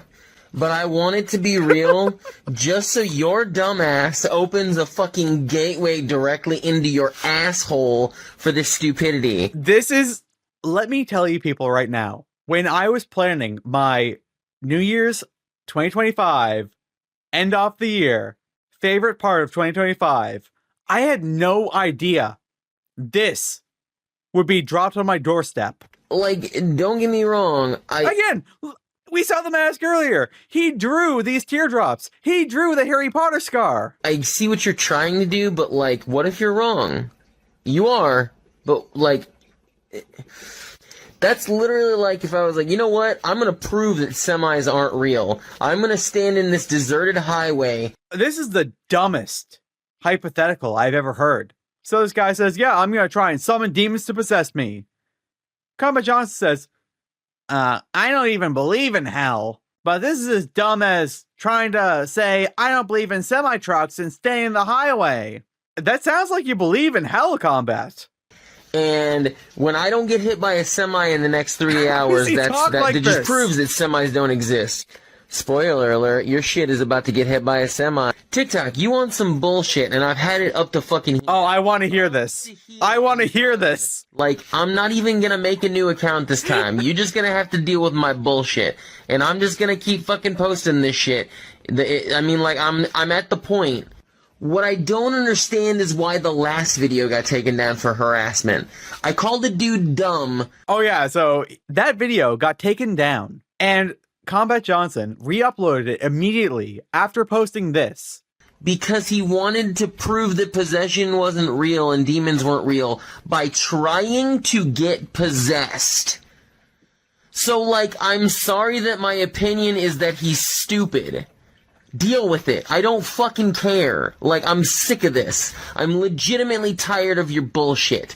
I'm gonna repost it. I don't fucking Yeah, care. he did it. He did it. Oh!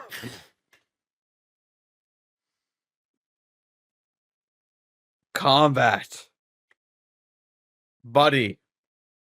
Probably gonna delete this later? Yeah, after this comes out, you're probably gonna delete the whole TikTok account. That's why I archived all of it. I apologize for shirtless, but... Okay. Come on, if you saw this, IRL, you'd think you're about to be murdered. I didn't feel like it. I'm gonna be real. I'll be real, for me, it's the fact that apparently neurotypicals, when they're mad or sad or whatever, they can just do this thing called letting it go. Yes. That is something you can do, Combat Johnson. You can let things go. I think in this TikTok he says how he can't do that. And it just goes away. And they can forget it.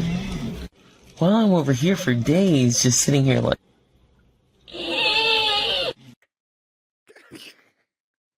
Can I go back to that? Hold on. I want to hear that noise again. Sitting here like... This does not look real. This does not look real. Let's hear that sound again.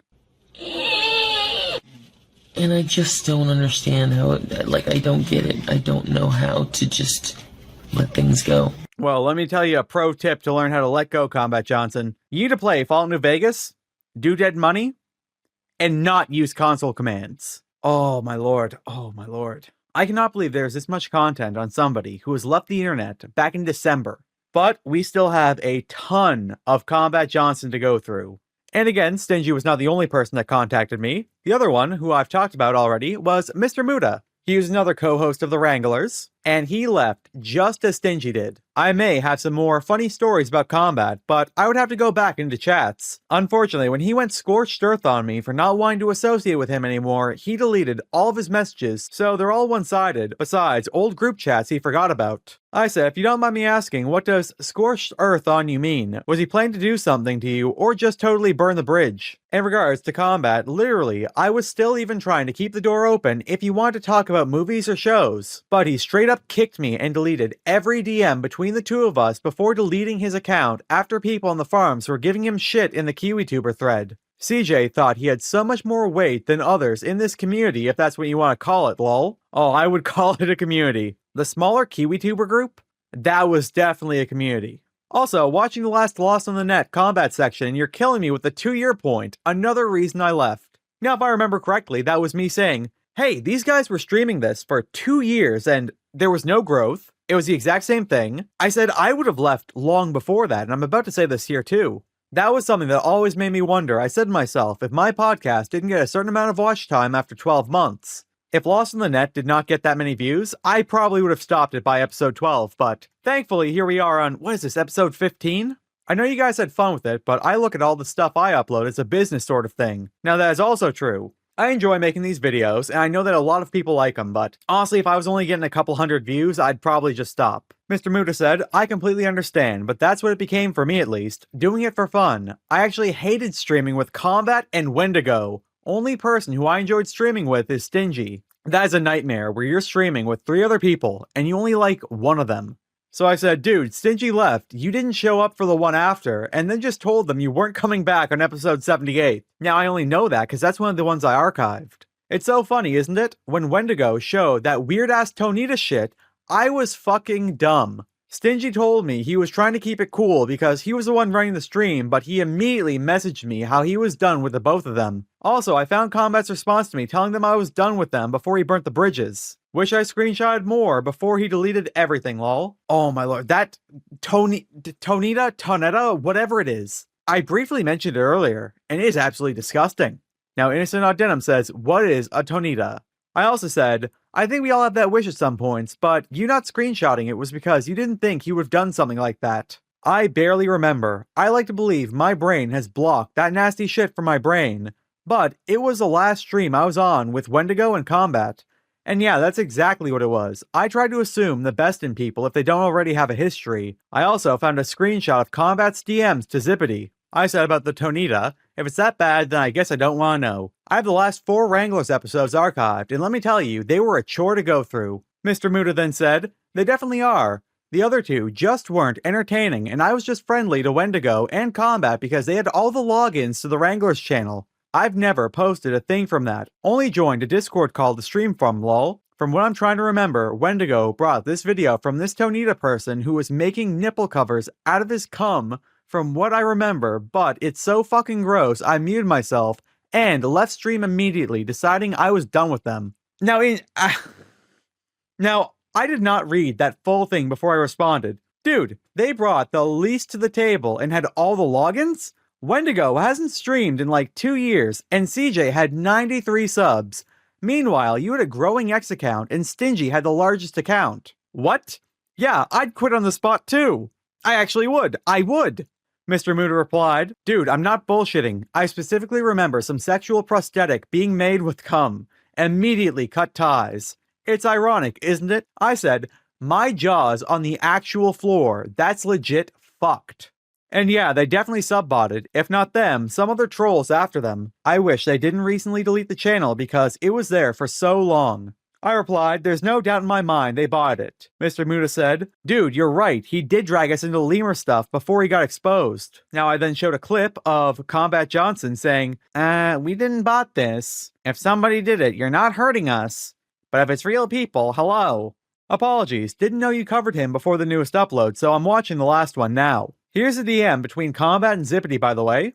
I'm making a video on you and what happened. This is your one chance to say your piece for the record. Lamau, okay, sure. What do you want to know? So as far as the issues with Strasse, mainly, I'm interested in giving people the 100% truth.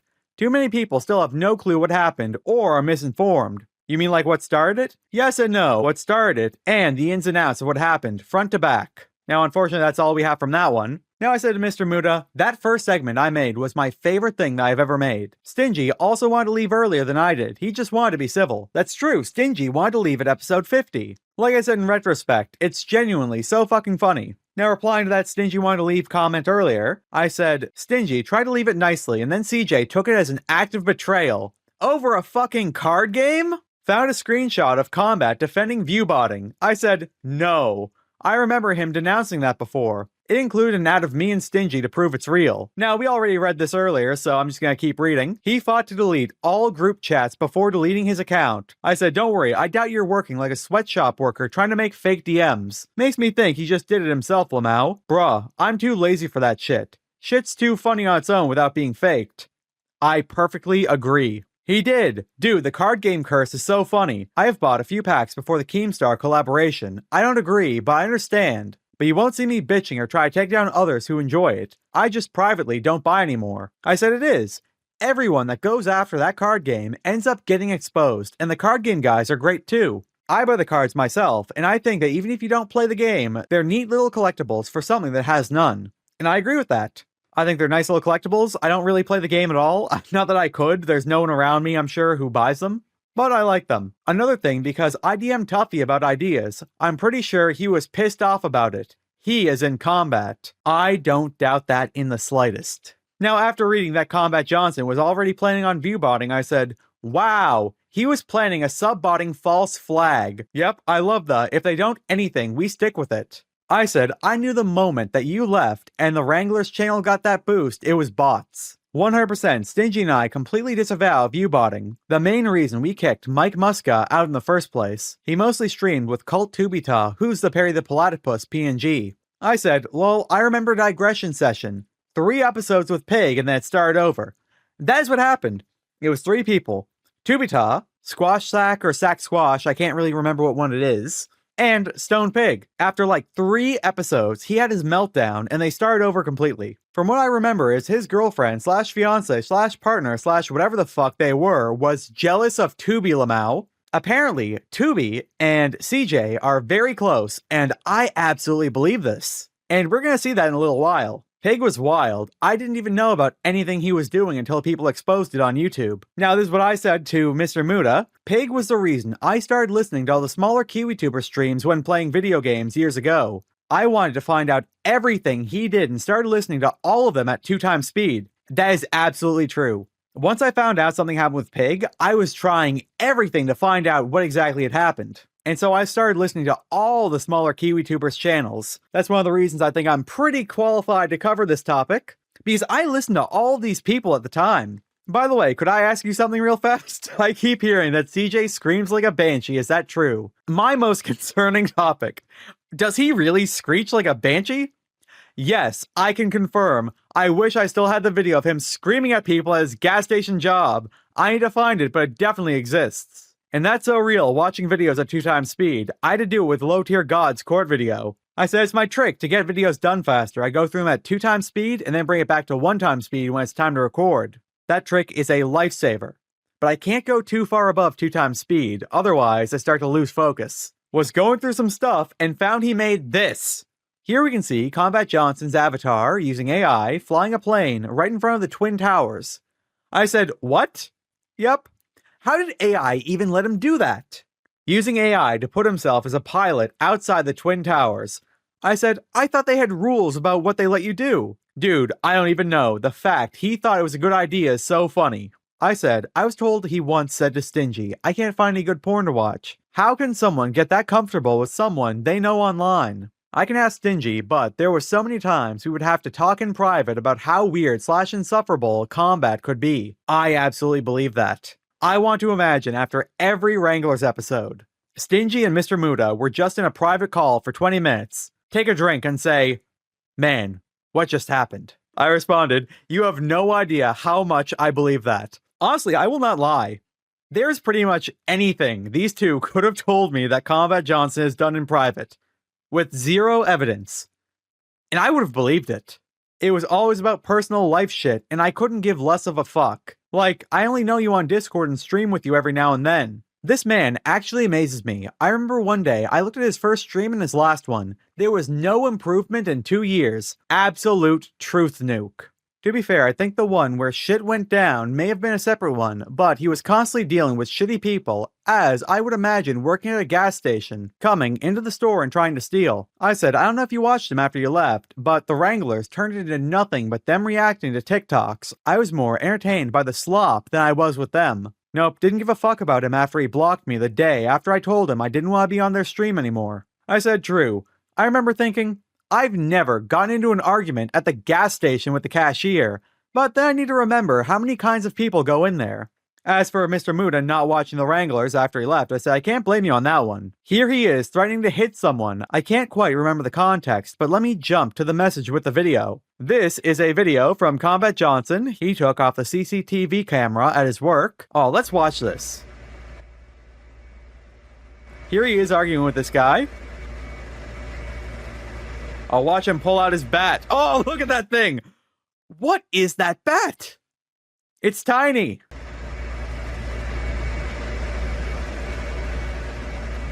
Dude, call the cops. Now watch this. He's about to hit this guy, and there's gonna be no reaction.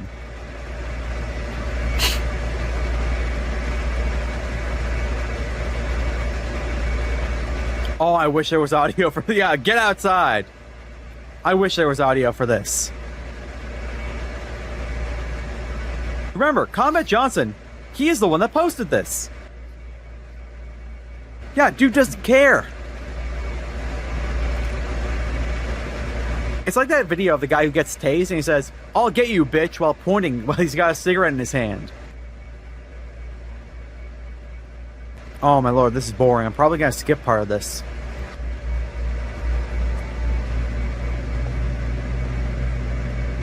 Combat, he's leaving. And again, he's saying, oh, come outside, come outside. And then I follow him outside. Like, all the way out. And he don't do shit. So, like, come on, man. What's this I'm a pussy shit, man? Alright, getting back to this. This is a private DM from Combat Johnson. Showed this to my wife. She looked me dead in the face. I know what you're planning. No, absolutely not. I don't even know why he seemed to have such a fascination with 9/11. I cannot understand that either. Now I posted this, a picture of Combat Johnson holding his bat and Cyraxx holding his. Cyraxx had a bigger bat. LMAFO. CJ's wife probably knew how expensive Legos are and that's why she said no, or it would interfere with her Vegas fund.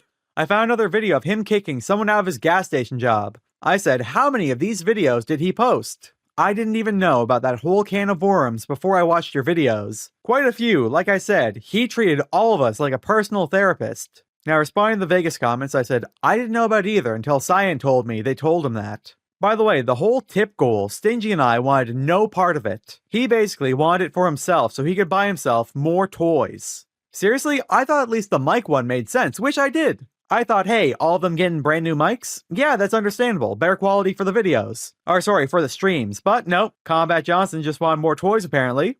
So he says this one, the person tried to steal from him. Oh, actually, what do you say we play this real fast?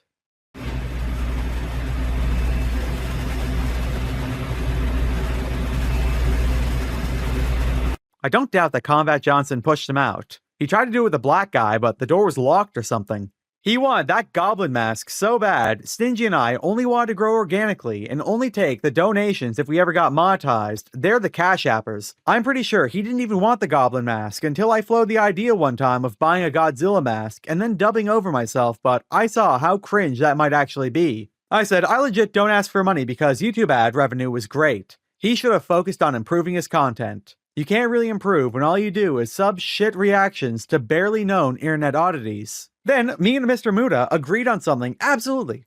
I said, and if you only do live streams, you need to post some videos to get known first. Something I always thought was a bad business move with the Wranglers channel was that besides the lives, there was never any videos to go along with it. Mr. Muda then replied, that's what I have been telling all of them from the start. It's almost impossible to build an audience off live streaming, especially on YouTube. I was the only one who ever wanted to make videos, but no one ever wanted to collab, and they never wanted to put my videos on there because they thought of me as a YouTube risk, excluding Stingy. I said, that's not how it works. They own the channel. That means you're allowed to be featured on, and it's not ban evasion. Plus, even if you did lose your channel, I'm sure you were in contact with enough big-name Kiwi tubers that you could have gotten a list of things they try to keep out of their videos to keep them safe for YouTube. Exactly what I tried to tell them. But they wouldn't have any of it.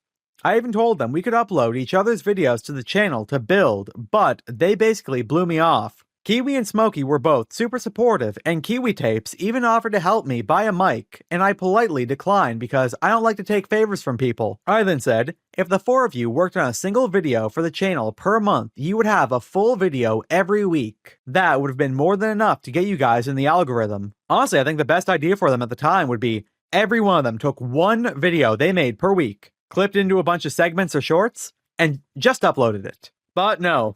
Combat Johnson and Wendigo did not want to do that. That's what I'm saying, and since no one ever responded to my video ideas, I basically dropped them. Again, excluding Stingy. He's the only one I'll vouch for. He mostly wants to do his own thing instead of covering cows all the time, which I respect. I said, I get that. I've done a few non-cow related videos as well, but nothing beats laughing at retards on the internet and getting paid for it. Now we have another CJ leak. Random property damage post. I broke a TV with a hat. Fuck yeah, how'd you pull that off? From Wondering Wendigo. Swatting at motherfucking flies. How violent do you have to hit a TV with a hat to do this? Now, I think I even say this in the screenshot. The only way I could imagine this happening from a hat is if you hit it with the metal part at the very top. Oh, maybe I didn't screenshot that part. Oh well. Now this one here is about CJ trying to get Stingy and Muda to talk to Kiwi and Smokey, so that way they would stop covering Nova so much. Here's him begging Stingy and I to talk to them, lol. If you can't tell, I would just deadass ignore them. I then said, I remember in one of Stingy's post-leaving streams, he said how he was the only one that called CJ out for trying to frag... Oh, I think that's supposed to say grab, my bad. All of you into the lemur fight. I bet that was you ignoring him and Wendigo siding with him. There's this as well. All I could respond with was, wow, I'm hot, to try and joke it off, and I didn't even know what to say. Alright, I think we should start off with this one's actual screenshot. Let me just cover the original post real fast. Wandering Wendigo posted, Mr. Muda, I present the femboy Muda. Then Combat Johnson responds, hot. Muda, I'm on my way to class. Stop giving me a boner. Combat. After seeing this, I said, no! They sometimes just did some out-of-pocket shit. I just tried to stay civil before they became too much. No, that is too much. Literally, all I could think was, if I'm the autistic Godzilla fan and I haven't seen this, what the fuck are you looking up? Or what the fuck is in your feed to get this? Now, referencing the Combat Johnson, nothing good to watch scenario again, I said, in Stingy's message to me today, he said once, 10 minutes, when him and CJ were alone in the VC, Combat Johnson said, Stingy, you know I'm asexual, right? That did happen.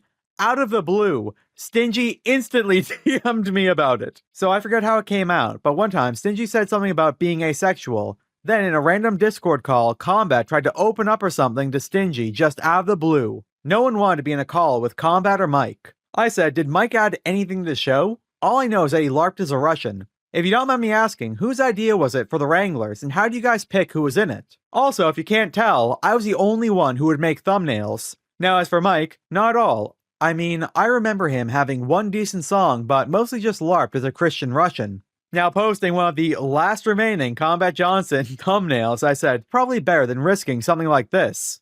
So, I remember it stemmed from the Too High for Stupid fan Discord server before it got rebranded to the Autistic Illuminati server, and I just asked Stingy if him and I could go live, and then it went from there. I said, that makes a lot of sense, that I'm sure a few people wanted in, trying to use it to grow their own channels. I feel this is at least adequate for the stream slop. I said, if it's just for a gaming stream on the side, and not the main show, I don't see an issue with it being just okay, so long as it's not reused. Personally, I think that reusing thumbnails is atrocious. Do not do it. Now, getting back to the actual story, Mr. Muda said, so many weirdos in that server. At one point, they made me a mod without even asking for it, and completely just ignored the server because it was genuinely not my problem. One time, I was in VC with some weirdo in that server, and I remember him trying to call me weird for not giving out my location. If somebody's asking you for your location, just don't give it to them. They are not looking to do anything good with it. Fast DMs bitching about his stream with Chilla, when Chilla himself has DM'd me about this, saying it was Combat's mic and connection and still wanted to get paid. Now, we covered this, I think it was in the second segment, Combat Johnson Part 2, but it could have been the first one too. Dude, I know about that one. He wanted a couple $100 for a 15-minute appearance. Now, we're going to go through some of these DMs again, but we are doing it because now we have updated info. From what I heard, it was around $600, but I may be misremembered, but I can always ask Chilla. Meanwhile, Chilla said CJ said Chilla deserved all the money. Alright, here's the first leaked DM. I'm sorry, I know this is probably going to sound incredibly petty, but I have to tell you guys because it's kind of eating at me. Do you remember the stream where I left Stingy all alone to go stream with Chilla? The experience was fucking awful. My audio was peaking for the audience, but he said it was fine on his end. He proceeded to tell me to fix my audio. Brother, that's a fucking you thing. So I sound like shit the entire time. And his net is so goddamn piss poor that having me on a Discord call bogged down his stream so bad that it was buffering constantly for the audience. So the whole time I am on, I'm fucking drowning in lag. And then when he realized that he was bogged down, he just left the fucking call. He then went on to make $600 in donos and never gave me one red fucking cent. He was on that stream for 15 minutes. 15 minutes. Said next to nothing, lagged it, and he's shocked he didn't get paid. Wandering Wendigo says, Jesus, that sounds rough. I didn't know anything about that. Yeah, so excuse me if I'm not the biggest fan. Sorry, that sounded mean. I am not aiming that at y'all, swear. Now, meanwhile, some old messages we've gone through already.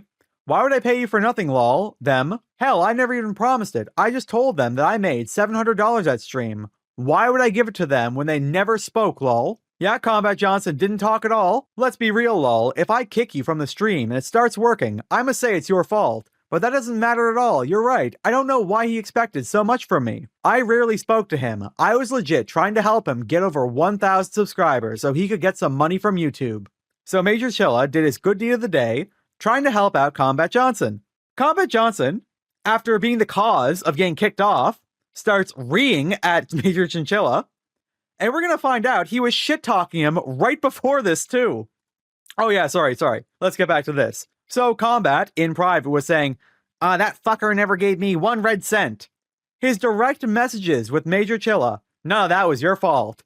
Dude, they treated me so fucking well. Your net was smacking you in the face. Nothing you can really do about that. Bro, I almost gave up. They donated $600+. Bro, I wish you was on the whole thing. I would have split it with you.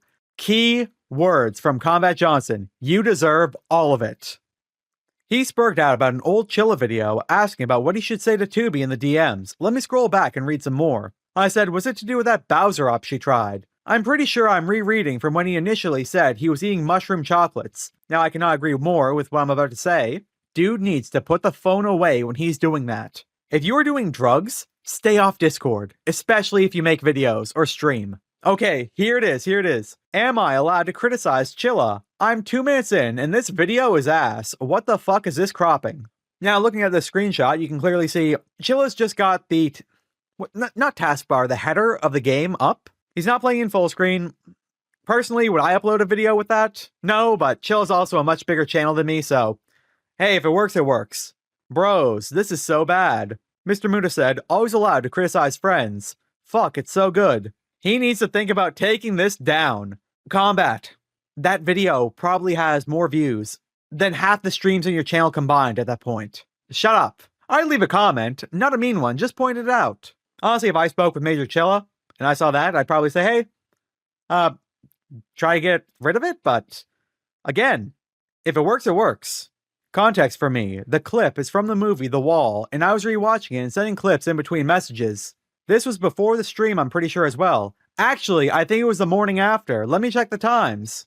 I said he needs to think about taking this down, quoting Combat Johnson. No, it was the morning before, so he was talking shit before going live with them. Major Chilla was trying to help Combat Johnson out, bringing him on his stream to help him get more subscribers. And before that, the morning of, Combat Johnson was shit-talking him in private. What a fucking buffoon. If it's not bothering his audience, and I doubt it did, then who cares? He was so butthurt that he made Chilla a death enemy that night. I honestly believe it was jealousy. I am 100% in the belief he was jealous of Chilla's and Lemur's quick success, and that he was upset he couldn't follow the same path without making any videos. That is true. He has to be absolutely jealous of anyone bigger than him. And I mean, again, he had 92 subscribers, so that's pretty much everybody. I don't even blame you. I didn't even know Cow Wrangler tried to get Cyraxx monetized, which I completely denounced until I saw your video. Yeah, I'm not surprised about that one bit. It feels like very few people seem to know about that. I said they tried to get Rax's Instagram monetized. Wrangler's mod, Lightning McQueef, swatted him and Wrangler didn't care. Now, to my surprise, I did not even show these screenshots in the first segment. Looking back at it, I actually have no idea why I didn't put this in, but I'll just read this out. Every time I see Puff, I just think, what if that was the little bee-boo? What if he didn't go to you and something awful like this happened to him, and I get so emotional? I'm not crying, you're crying.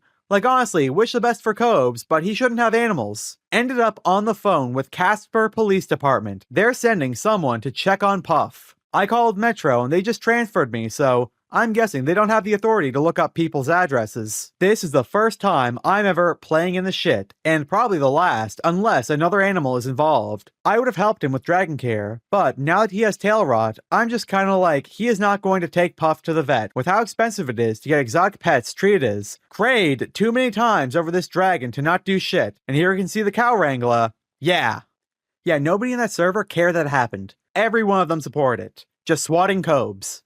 Found it. This person just admitting to sending cops to Cobes' house, and Wrangler says, yeah, no pushback or anything. Cobes took care of Puff to the best of his ability, too. Now, I think I've said this before, I do not think Cobes should have had Puff, but at the same time, I think he did his absolute best to take care of that dragon. I may have some clips. Was it the stream where he passed out and fell in front of his camera, if I remember correctly? That was it. Fuck, I didn't know they were in a call reacting to it. So fucked. That's true. I saw a video of them in a call talking about it as it was going on. What if Cobes got fucking shot in a misunderstanding because of them? Rip my gothic king, praise Cobra's magic. Now, I'm pretty sure the stream that Mr. Muda was talking about was the one it happened on, so I said, I'm pretty sure it was. It was super dark inside. Yep, pretty sure Cobes fell twice and the cops were knocking on the door constantly. Now, as to Cobes getting shot, I said if that happened, they would have all tried to keep it quiet. It's a miracle that Cobes was known by the local cops by that point. Because if he wasn't, things could have actually gone bad. I would have came right out and exposed all of them if that was the case. I barely even knew the details because they kept me in the dark about the majority of their Discord hijinks. Then I said, I'm not surprised, it was swept like nothing I've ever seen in my life, and that is absolutely true. Now you just heard Stingy say how, 8 people all said, block Strasse, don't talk to him. And then they would just lie about him and make him out to be the devil. Mostly because I wanted no involvement and actually enjoy spending IRL, where they're all terminally online. Terminally online is not the word for those people. Discord was their entire lives. Zippy fucking asked me to make him a lolcow mania character because he was too poor for the game. Now, if I remember correctly, that was Smokey MCC's stream. He would just take custom characters of lolcows, maybe make them, I actually don't know. And he would put them into a tournament and they would all fight it out and see who's the winner over a couple of streams. Zippity was so fucking poor. He had to ask somebody else to make a character for him. It's alright, when they wanted to change all of us into handmade PNGs, I had to talk to Jade to describe my avatar. The one blocking the Wrangler's name in the background. Now that is Mr. Muda listening to my video, messaging me as he's watching it. And yeah, that was one of my critiques. The Wrangler's logo was covered by a chair and a character. I think that's a very important thing to keep on screen. That one really got me. It's one of the most important things of the brand, to keep the logo on the screen. Dude, I hate to be the guy, but almost all the ideas, that art came from me. Now, that was largely focusing on all the items in the background. I will stand by this. I do think a lot of them are just a distraction. But there was one item in there that, once I was told that by Mr. Muda, I just had to ask, were you the one that came up with the idea? I know it's cringe, but I thought the Jaeger bottle and Godzilla statue were lit, including the bong, but I did not add the Coom jar. Now, as he was typing that, I was writing this. Please tell me the Coom jar was not one of them. And then I said lol because he answered my question before I typed it out. Nope, that was CJ 100%. Of course it was Combat Johnson's idea to add the Coom jar. Why? Either him or Wendy, but my money is on CJ. All the cool shit was me. I'm going with CJ, that's right up his alley. But then again, I didn't ever have control of stream, so if I wanted them to show it full screen, I had to sound like a cuck loser to tell them to put it full screen, so I said fuck it half the time. I tried to improve the stream so much, but no one would listen to me, even though my YouTube channel and Twitter were growing. Now at the time, Mr. Muda had 350 subscribers on YouTube.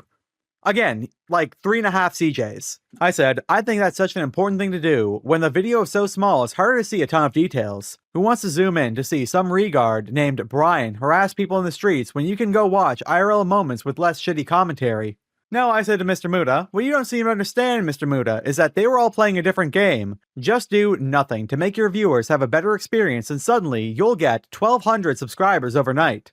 Dude, that shit made me and Stingy laugh so hard. It was literally as soon as we left the channel, they started getting viewbod to hell. Stingy and I have the best time when we stream together because we actually enjoy each other's time and commentary. I said, I thought that was hilarious too. I remember, at the time, looking through Social Blade, looking for a jump in views, but no. Yeah, they got no jump in views, but they did go in subscribers. Dude, they barely cracked 200 views without me sometimes. I said, I believe it. After all ties were cut, but Stingy, you went on All Right Aussie Radio to talk about it. And I'm literally one of the smallest fishes in the pond. That shows you how little they added. When it was just the two of them, Wendigo smugly chuckled and CJ controlled pretty much the entire conversation. Want to hear some shit? Combat was so adamant about not deleting everything. Then he straight up deletes everything. The craziest part is that Kuro stream was the last archive of that call, and he got rid of it. Now that Kuro call is in reference to, I don't even know how to explain it, some furry, and she was saying how she can help catch predators because she thinks like them. And I remember that call had like 30 different people on it, and when I saw it, I was in shock, thinking, where is this going on? Mr. Muda said, fuck, I was in that call. I think I told everyone to shut the fuck up so they could expose themselves. Now, talking about Stone Pig, I said, he offered to fly her out to him. That's about Jade. Fucking loser. Get pussy locally if you're that down bad. Meanwhile, Wrangler was just screaming the whole time. Yep, that call was full autism and completely butchered. I just joined because Strasse had pinged everyone their original Kiwi Tapes fan Discord server that everyone forgets to talk about. Now we have another leak from Combat Johnson. I caused a fucking altercation with a Mexican over a fucking bag. I was just asking if he wanted a fucking bag, and this dickhead had the nerve to ask in Spanish why I was repeating myself. Because you're just standing there looking at me like I'm fucking stupid and clearly not understanding? So what the fuck am I supposed to do but repeat myself? Oh, now lastly, we have casually doxes self. This is Combat Johnson. He dresses like a 12-year-old. Now that's it for our conversation with Mr. Muda. The last person who contacted me that day was Liquid Travis, otherwise known as Klaatu on the farms. Yo, it's Klaatu on Kiwi Farms. I got more about CJ I can give you. Me and him beefed a year or so ago. I can prove I am who I say I am, too, just so you know I'm not bullshitting. Now, Liquid Travis, or Klaatu, he was another target of Combat Johnson. Him and Tubita decided, hey, you know what? We're just gonna tell people he's a pedophile. And so I would say he has a lot more than just beef with CJ. And remember, this was like an hour after I posted the last episode, so I said, Ayo, I didn't think someone new would reach out this fast. A screenshot of you clicking the your account on the farms is more than enough to prove it's you. Well, he confirmed who he was. First off, I can back up the thing about CJ asking about that group. They're not my screenshots. Someone I talked to here and there sent them to me a while ago. I'll send those now. Fuck, I gotta send each photo at a time. There's 9 of them. Oh, you are preaching to the choir, Mr. Travis. When I talk to people, I will give them every screenshot I would like to use in this. And for Mr. Muda alone, I think we had like 60 messages I asked him to use. So I sent each of them one by one. I said, thank you. I was pretty curious what he was planning. Now, there's another leaked Combat Johnson picture. Ayo, quick question. Yo, just a reminder, message to follow up. Discussion in our chat. So, what I was going to say was, I'm sure you do, but do you remember Matteo and how y'all ganged up on them until they were banned or gave up? Unfortunately, yes. Well, I'm starting up a team. For now, the main goal is to report and bully these freaks like y'all did to Matteo. We're open to other ideas/tactics. That's the plan for now. Is that something you would be interested in? We have a Discord for the operations we're working on. Would you like to join? I'm not really too active on Discord too much anymore, to be honest. Okie dokie. Well then, I will just let you know when we start working on an op and let you know the game plan. He was putting together a team.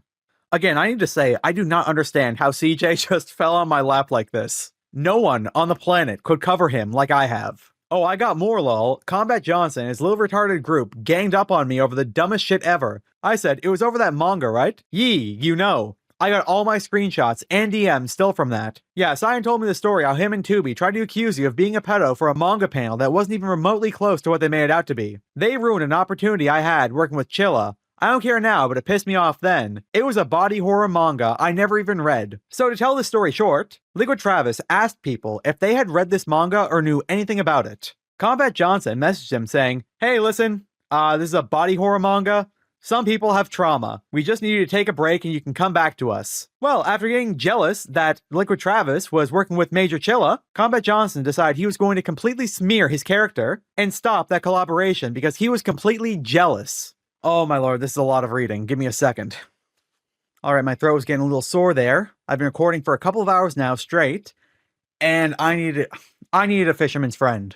Alright, getting back to this, let me start reading. Ahem, from Combat Johnson. Alright man, I did a lot of thinking on this, and we need to talk. I'm not mad, and this is not a we're kicking you out situation, but I just need you to hear me out. Firstly, you are doing a lot of oversharing. There's a lot reminding us that you were an alcoholic, which is fine. When you go into so much detail, it's been triggering to some people. Last night, when you were talking about that one manga, I kinda zoned out and didn't catch the whole thing, but I'ma be real. That's probably not something you want to be proud of watching or even knowing about. Second of all, I'm going to be 100% with you, and this may be personal, but it seems to be a common feeling you're obsessed with Travis, and it's reaching an almost unhealthy level. We get that you're all about covering his life, and so that you know every time he sneezes. But we don't need to know anything about it. Make a video or videos documenting the good stuff. Live stream the rest. We only need to hear about it if it's a really big deal. We like to talk about a lot of different things, and sometimes it feels like any conversation with you has to lead there even when we're on a totally different topic, which is really frustrating. Third, you need to stop talking over people.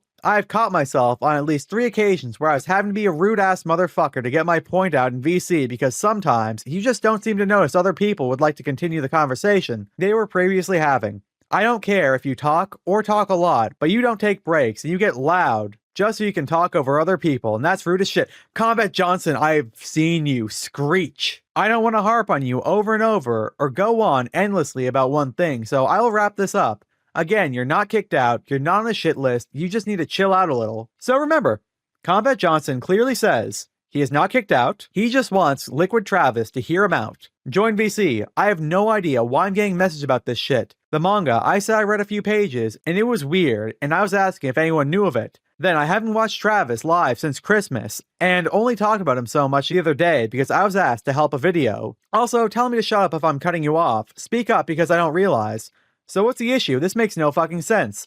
Also, I am almost 2 years off booze. I will be proud of that forever. Again, as I said, not even anything I bring up. To be honest, I've read some fucked shit, but some people have trauma and don't want to play with what's the most fucked up thing you've seen. I got in a VC with you yesterday and all you talked about was Travis. Please don't. Okay, bet. I literally just explained. Bro, I was talking with Tubi because she said she would help me out with a timeline. And now for this last part, I'm not sure if these are emojis. If this is your response, you clearly need to take a break. It's not even really so much about yesterday. It's that looking back to all the interactions that happened with you, the conversation tends to get forced away from one topic at hand and it doesn't feel nice. Vague statements. What exactly is the issue? Because all I'm hearing is jokes. I literally made a 3-paragraph layout of the issue. If you can't understand that, then you're a problem. Travis would then post everything he had said already, and then Combat Johnson did the exact same thing with a screenshot saying, I can do that too. Lol, it wasn't even in your server, buddy. Combat Johnson replies with some common writer giving a thumbs up. You're a joke. Give me the real reason, because this is bullshit, Lamau. Makes no sense, and I've explained all your issues, so what's the real reason? You're fucking mad annoying, buddy. Alright, Combat Johnson. As I explained in my 3-part summary. So you don't have a real reason, lol? If that's how you'd like to take it, then please, by all means, spin it that way. I wanted to try and have a conversation about some issues that have been coming up for a little while now. I wasn't looking for an argument or receipts on anything. I was looking to express some boundaries I feel have been overstepped, boundaries being crossed, and issues being had do not need explanations. They could be met with understanding and a want to make sure not to cross those again. But I can't make you respect my boundaries after explaining myself to the best of my abilities. Liquid Travis then said this. His name is blocked out, but that's him? Bro, you came in accusing me of shit. The fuck you mean? The screenshots were cut off, so that last one was from that. I've changed my Discord name since then, that's why it's blacked. I said, totally understandable. That's one of the few things I'd ask people to block out for me, too. This is super specific, but I don't suppose you know much about his plans to do the RV stream, do you? No, I think that talk happened before or after I joined and left. I only remember Stone Pig talking about doing one. I said, no worries, I just can't get that one out of my head, lol. It would have made him a cow 100% if that happened. It would be worse than it is for him now. I said he would actually be dead if he did that. If he was getting into fights at work in a gas station for screaming at the customers, he would have been way worse in public. Getting back to the Major Chilla talk, CJ straight up expected Chilla to pay him a couple $100s for a 15-minute appearance. Bro, Combat Johnson is cooked. He asked me for $20 for letting me know what site he used to make his avatar talk on stream. I said, no way. He expects a finder's fee for letting someone knows what tool he used? Yee, I'll send you the screenshots of that, lol. Yo, how do you guys make your avatar's lips move on the streams? I'm trying to do something similar to make my Travis photos lips move with my voice, but don't know how, and that might work for what I'm trying.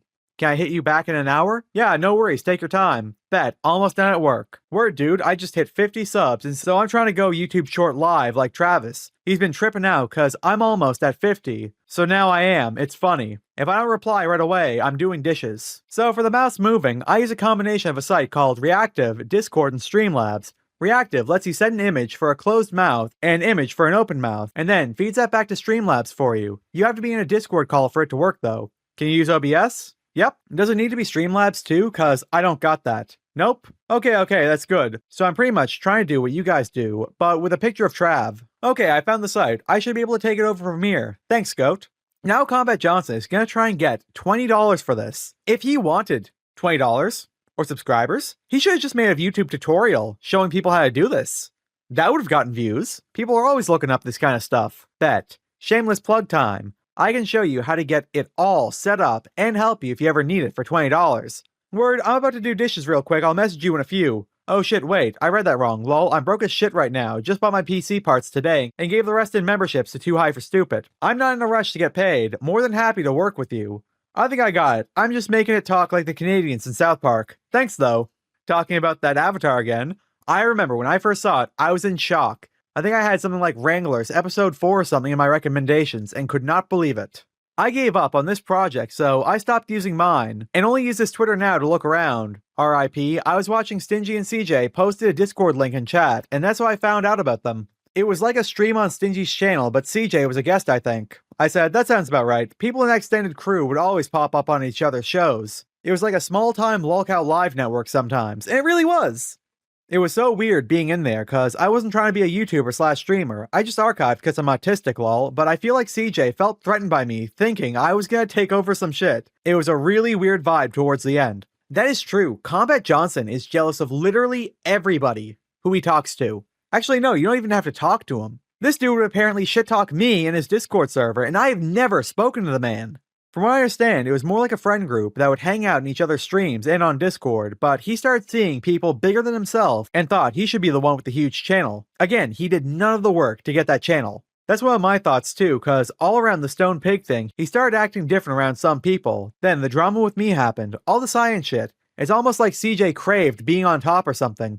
Still, fucked Stone Pig. Lol, dude was weird, but that's when I started to notice CJ's behavior. Talking about Pig, I said, I could not believe the ego that man had, all for 1,000 subscribers. Yes, it feels like a big accomplishment, but it's really just a start. They were bot subs too. I did not know this. I said, no way. I have never watched a single Pig video, but I assumed he had some sort of viewership. Yeah, I'm sure he bought them. I know No Rest for the Wranglers was sub-botted, lol. Dude, they went up like 2,000 subscribers in a day or two. It was the most obvious botting I've seen in my life. They did a stream where they were like, if it's real, cool, hello new subs. If not, then fuck whoever did that. Liquid Travis said to me, hashtag free Londo. Something I absolutely agree with. Null needs to get on that. Lol, yeah, all I heard was bad stuff about him. And once I started posting, I saw the stuff he was saying, and I get why they wanted people to hate him. They were scared shitless of him. Probably still are. You have no idea how scared some of these people were of Strasse. Zippity and Wrangler, they literally deleted their Discord accounts because they thought Strasse had access to their personal DMs. Oh, what? Okay, so, wow, I literally just said the exact same thing I wrote down here, so guess we're gonna skip that. They kept bringing up how he drew someone's OC hung by its neck. Now, that was not just one person, that was like 6 people. Oh, okay, I did it again. It's hilarious. I watched a few of the past streams about them when I was gathering info. Legit, I miss it. And I do miss the Harvest Report. I had an opportunity to go on there as a guest one day, and unfortunately I turned it down. Looking back on it, I should have gone on. If you still talk to him, let him know. I'll keep the fight going for that, lol. I'm active in the thread, but whenever the Wranglers are brought up, I'm right in there doing as much as I can. I said next time I'm speaking to him, I'll let him know. Next time. Now, if you remember, earlier, CJ came back. So this is after my initial conversation with Liquid Travis. I said, lol, CJ's on the Scat Hat account. He was bullied out of his DFE. Then Liquid Travis said something I never even really considered. Bro truly just outed that account is him. bros cooked. Because I just took it for granted that Science Scat Hat was Combat Johnson. But no, this was absolute proof it was him. Now the last thing that happened was I said to him, hey, do you have any idea why Combat Johnson and Tubi decided to just snake you when in the DMs that you sent showed them not calling it CSAM in the slightest and even talked about you coming back? Because that was my real concern. If it was really that bad, why would they even give him the chance to come back? And Liquid Travis said something I completely agree with. I think Combat Johnson was jealous I was working with Chilla when I'm a nobody. Now, unfortunately for Liquid Travis, Tubi and Combat Johnson actually ruined his chances of working with Chilla to make that video. Chilla blocked him just like he did with Cyan. And this might be an unpopular opinion, but this is why I say no internet friends, only people you've known for a long time, because you can just get dragged into all sorts of stuff. Now, speaking of which, somebody else contacted me. That being Tubi herself. And let me say this, I am willing to talk to pretty much anybody, but not this. Number one, I know for a fact Tubi was messaging me on orders of Combat Johnson. CJ, if you want to talk to me, you can message me yourself. Number two, if you don't even count her trying to do life ruination with people like Liquid Travis, who we just saw, trying to get everyone to cut him off, accusing him of posting things he never did, she also buddy trolled the White Bowser for his feet pics. Now, before we get into that, this is something sent to me by Alright Stingy. He had made a post talking about his stream. Combat Johnson is my personal Bo Blacks. Well, Tubita came out of seemingly retirement to post this. I hope you're not implying you're Diorio, cause that's sadly hilariously inaccurate. Oh my lord, I can't even believe I'm reading this. Tubita said, I got him to show his feet once, lol. Are his toenails nasty? I haven't clipped my toenails in a while, unprompted. I asked, is Earl in socks or nah? Now I don't even know what she was thinking with that up. Yeah, Stingy said in his stream, when I found out about that, I was done with her. Get away. And I agree. But in a previously leaked DM that I haven't covered yet, Little Sleepy is Combat Johnson. If I catch any of you fuckers ruining this for Tubi and the others, I'll personally banish you to the Shadow Realm after I remove your fingers. Whoa, internet tough guy. So yes, I will not be speaking with Tubi. You played the quirky girl in the internet character for a while, and it seemingly worked, but no, you got dragged down with Combat Johnson. And that leaves us with person number 4, that being Londo. Telling him I was doing this final segment, he said this, can you include the following as a direct quote? Should have kept my family out of this cocksucker. I told you, Spurgs, it didn't matter if it was 3 months or 3 years. Enjoy the fame you've always wanted. And now to end this off, we have a special segment. I told Strasse or Londo, whatever you want to call him, that if he wants his own dedicated segment, he can have it. And so he sent me a 7-minute message. I put a little harvest report video on it, so consider what you like, but I'm going to be quiet for the next few minutes as he speaks. Well, hello boys, it's been a while. I'll keep it short. Once again, I was completely right about these people, and with each passing day, as more evidence comes out against them, I'm only further validated. Just to remind everybody, these people completely capitulated any moral sense. For what? For a lesbian fucking dyke pegger called Cow Wrangler who doesn't exist on the internet anymore. Like the actual simps holding out the last hill of whatever the fuck this was, just picked apart over and over and over again. But just to remind everyone, these people didn't just stop at reasonable discourse. They didn't just stop at admitting their fault and fucking off like they should have. What they did is they tried to dox people who were exposing these faggots. They were trying to attack people's families. The thing that they cried about me doing, despite never once making Zippity's mother a target. I'm sorry that you live with her, bro. You live with your parents. Get over it. But these people held out, knowing that all this shit had gone on. And not just knowing that all this had gone on, but turning on each other and throwing each other to the wolves. Or was that the public version? Because I highly suspect these people still exist somewhere. And the internet needs to find them. These people can never be allowed a single moment of peace while they're online. Or personally, in person. You got one fucking freak dressed up as a woman getting pegged or something while their wife cucks out in Las Vegas. You got another dude who's like simping over somebody's voice because they have PTSD flashbacks from a war they were barely in or some shit. What is this? But yeah, what you're viewing here is just the deconstruction of the biggest group of retards that I think I have ever encountered. I have dealt with people like Bathtub Ross. I've dealt with people like The Amazing Atheist and Ethan Ralph. But like, wow, these ones are exceptionally dumb. They're not entertaining. They're cringe. They're unfunny. There's no spark to them. So, chat, I know it's been 2 years since I last streamed, and it's probably going to be another 2 years before I stream again.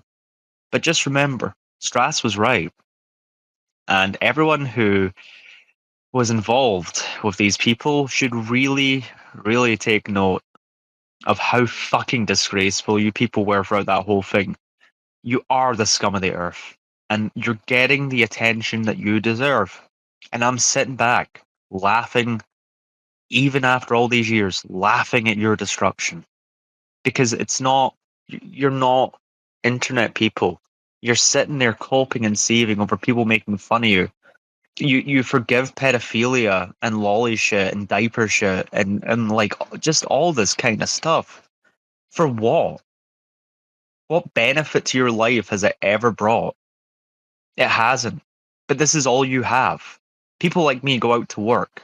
People like me go out to socialize. Is life tough at times? Yeah, it absolutely is. But you guys are you are the desperate of the desperate. And I hope, because I know you'll be listening to this, and I know I'm the last voice that you want to hear. The last voice you would ever expect to hear. But I'm laughing. I'm laughing at you guys being the biggest tards. The biggest tards that lolcows have seen for 15 years.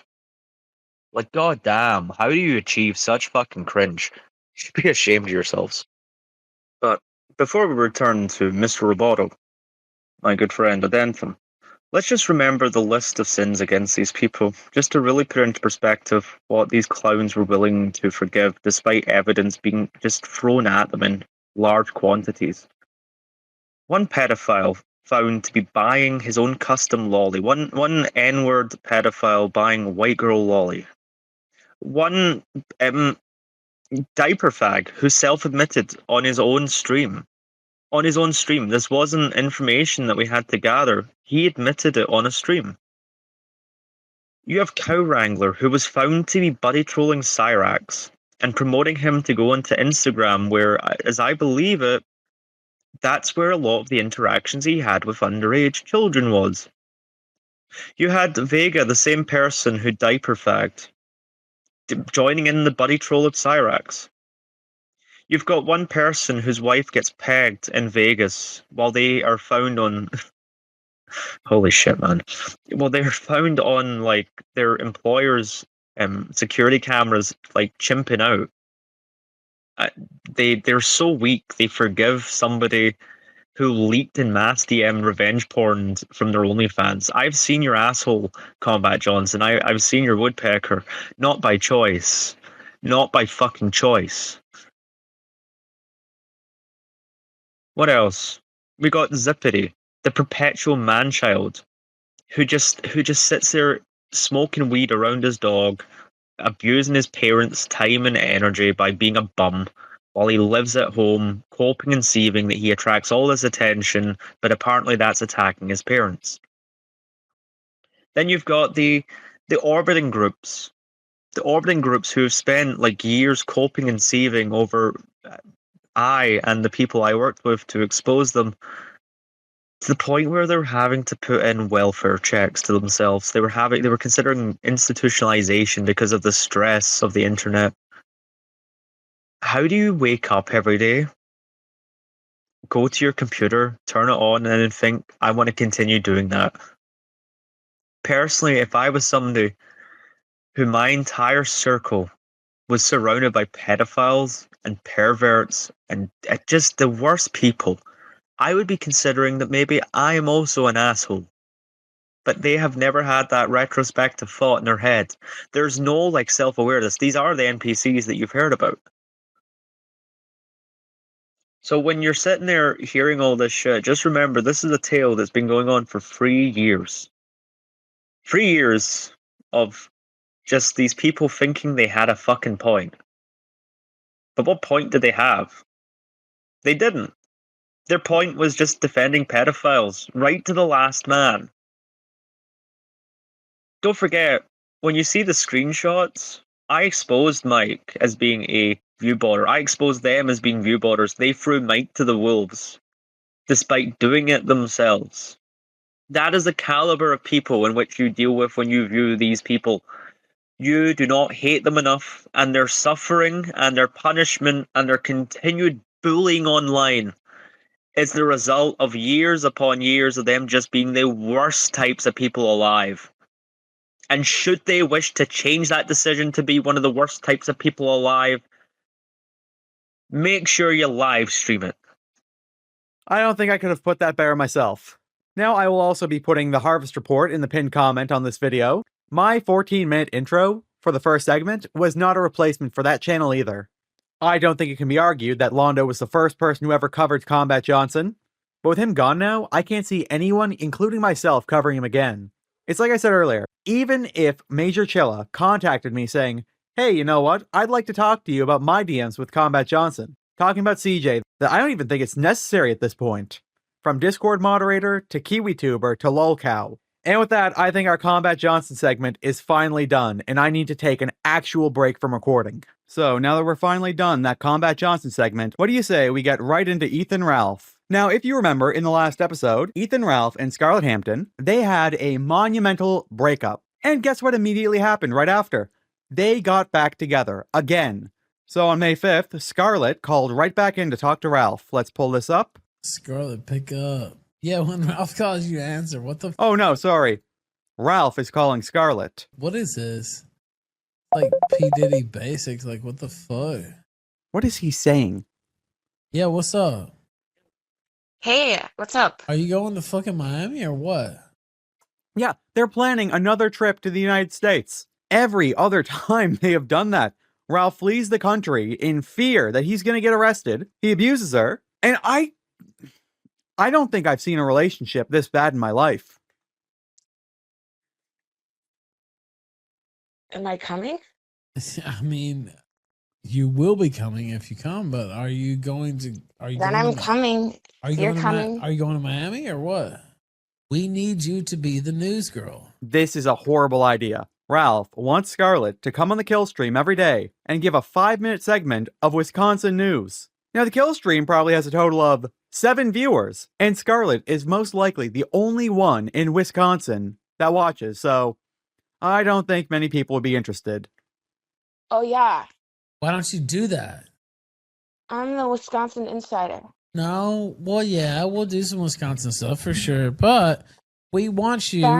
Listen, I'll give you a list of stories to read, and you can bring a couple of your own stories, and you can bring. Ralph is gonna do prep for Scarlett's side of the show. Ralph doesn't even do prep for his own show. His show is watching CNN and reading Twitter. In fact, I remember one day, Ralph canceled his stream because Twitter was down. A story or two about Wisconsin, and then that'll be your segment on the show. Oh, yeah. And it'll be the news, whatever, the news minute with Scar. Now it'll be longer than a minute. It'll be like 5 to 10 minutes. But what do you think about that? That would be awesome, because I get off track. And yeah, that would be unwatchable. I get off track too. That's what I'm saying. We're gonna focus each other. Scarlett could have her own show. Who? You saying that yesterday? I said that. What? Who? Toe? Yeah, no shit. What do you mean? You value Toe? What, you value Toe more than me? The Scar stream's happening. What do you think about this? The Scar stream. I'll give Scarlett this. She can go off like almost nobody I've ever seen in my life. She will just start screaming total nonsense that makes no sense, even if you understand what she's talking about. Mute the TV. Listen to this. Shut up. That is so funny. Scarlett just watching TV while talking to Ralph on his stream. Shut the fuck up. Oh, here comes the fight. Shut up. No. Ralph has such a way with women, doesn't he? Sir. Like a Casanova, a Piganova. Yes, sir. Shut up. Now, that wasn't their only conversation. That's because, once again, on the 15th, Scarlett called in. What do you want? Hey, Ethan. Hello, Delaney. He sounds so out of it. I don't know where that last. He has to be absolutely pilled up right now. Yeah, I wasn't sure either. I'm sorry, honey. Oh, well, I'm sorry too, and I hope you rest well. I'm wrapping up. I think we miss each other too much. I miss you so much that. Scar, come on. Well, these things happen. I'm gonna finish up the show though, and Sorry, honey. it's okay. Get you some. Well, I love you. do something fun. I love you too. Bye. Bye bye. They were engaged. It is a miracle that never happened. It is a miracle that Demon Baby number 3 is not on the way. After everything we have seen so far, they're still saying, I love you. And Scarlet just did a 6-hour stream the other day, too, where she talked about Ralph, him purring like a kitten for her. You'll have to look up why. Him trying to paper abort his son so he has nothing to do with them for the rest of his life. Just all this other dirtbag stuff. Now, also on the 15th, I guess something happened because Ralph posted this. I logged in on Scar's Discord. She doesn't use it much anyway. This is classic Ralph. He'll take the woman's phone, start messaging people, and I guarantee you, he got on her Discord using Scarlet's laptop that he stole. But what I do know is that he is scum of the earth. Now on the 18th, Scarlet went IRL looking for a laptop. Apparently it was in a construction site. Would Ralph have thrown it into a construction site? Maybe, but I personally think he has it. I am out here at a construction site. I guess. I mean, could my laptop be under here? I just didn't know. This is what. Yeah, spoiler alert, Scarlet does not find the laptop. I just didn't want to think it ended up in the dumpster, you know. But that's, you know, the most likely shot at it. I'm gonna miss an appointment for something and I have to go do that. But I just had to come by here because I don't live by here. It's on my way home. Do you think that someone would want to like throw something over the fence in there? I don't know if Ralph is physically able to throw something over the fence. If he did, it would probably be visible. Because that's where it's traced to.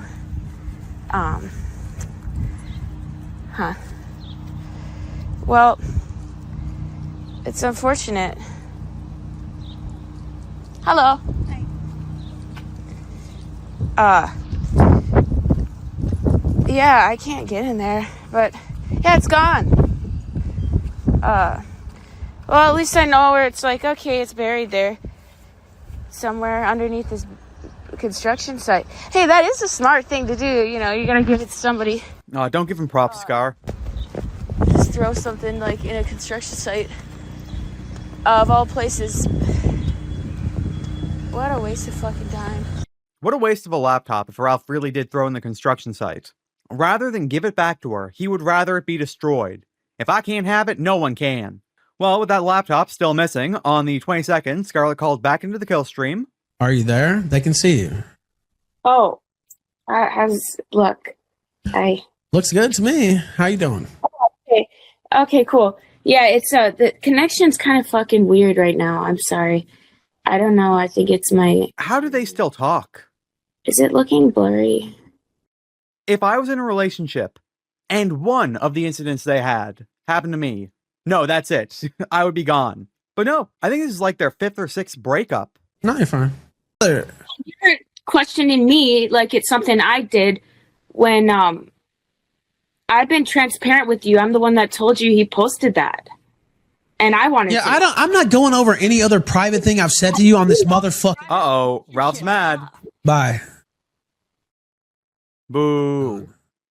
Look how fat Ralph is in that picture. Those buttons are fighting for dear life. I know you're not talking to me. Wow, that still looks bad. I am not drunk. Yeah, I am not drunk. I am not on pills, boy. Sorry, Ralph, but I think you were drunk, and I definitely think you were on pills. Ralph, is that the point? He actually needs those pills, or he could legit die. Man, I don't think I've ever done this, but all you have to do to get him mad is shake a pill bottle like this. He loses his mind. That's actually one of the things he got so mad at Jim for. I believe it was the Boulder stream where he was talking to Jim. Why do you shake a pill bottle? Why do you have to hop on? I think Null said it best. Ralph has paper thin skin. The thinnest skin you could ever have. Now, at the very end of the month, Ralph threatened Scarlett, saying he was going to post an adult video that they made together, and then Scarlett threatened to release some stuff herself. Now, Scarlett would end up releasing that stuff. Let's hear this. You're not. Are you like spaced out, or what's going on here? No. Like, I don't Ralph, you're the spaced out one. Zanned out, I should say. Body cam come out first. I want to see this body cam. Body cam, bitch. Oh, but he does. That's a citation. Well, You think I give a fuck I about think you anything that care happened in about your Wisconsin? you care about your super chat. So what happened to that 1,500 you made that night? Well, none of it went to you. That but 375 we agreed. paid that's it right, back. That's one of the 375. flights. We agreed, No, but and you know that what? If you don't was the like it, flight. file a police report and charge me. Well, How I about that? don't have those papers, so I don't have that agreement. Okay, well, I And have didn't you that on video tape. either. I have you on Yeah, I tape see saying you played can a send it tape to of it. me. Yeah, I did. Yeah, I did. Yeah, I did. So if you don't like it, file a charge. If Well, not, get the fuck so off you're here. File a charge, Scarlett. Your current So, I know that Ralph, how do I even say this? Because I don't know too much about it. Maybe I shouldn't be talking about it then. He got fined for his arrest at the airport. It was around $470-something, I believe. Well, the court just said that they're allowed to take it by force. Ralph does not have $470 that he can just pay out. He is in some financial trouble right now. I'm not agreeing to shit. I don't know what the fuck you're talking about.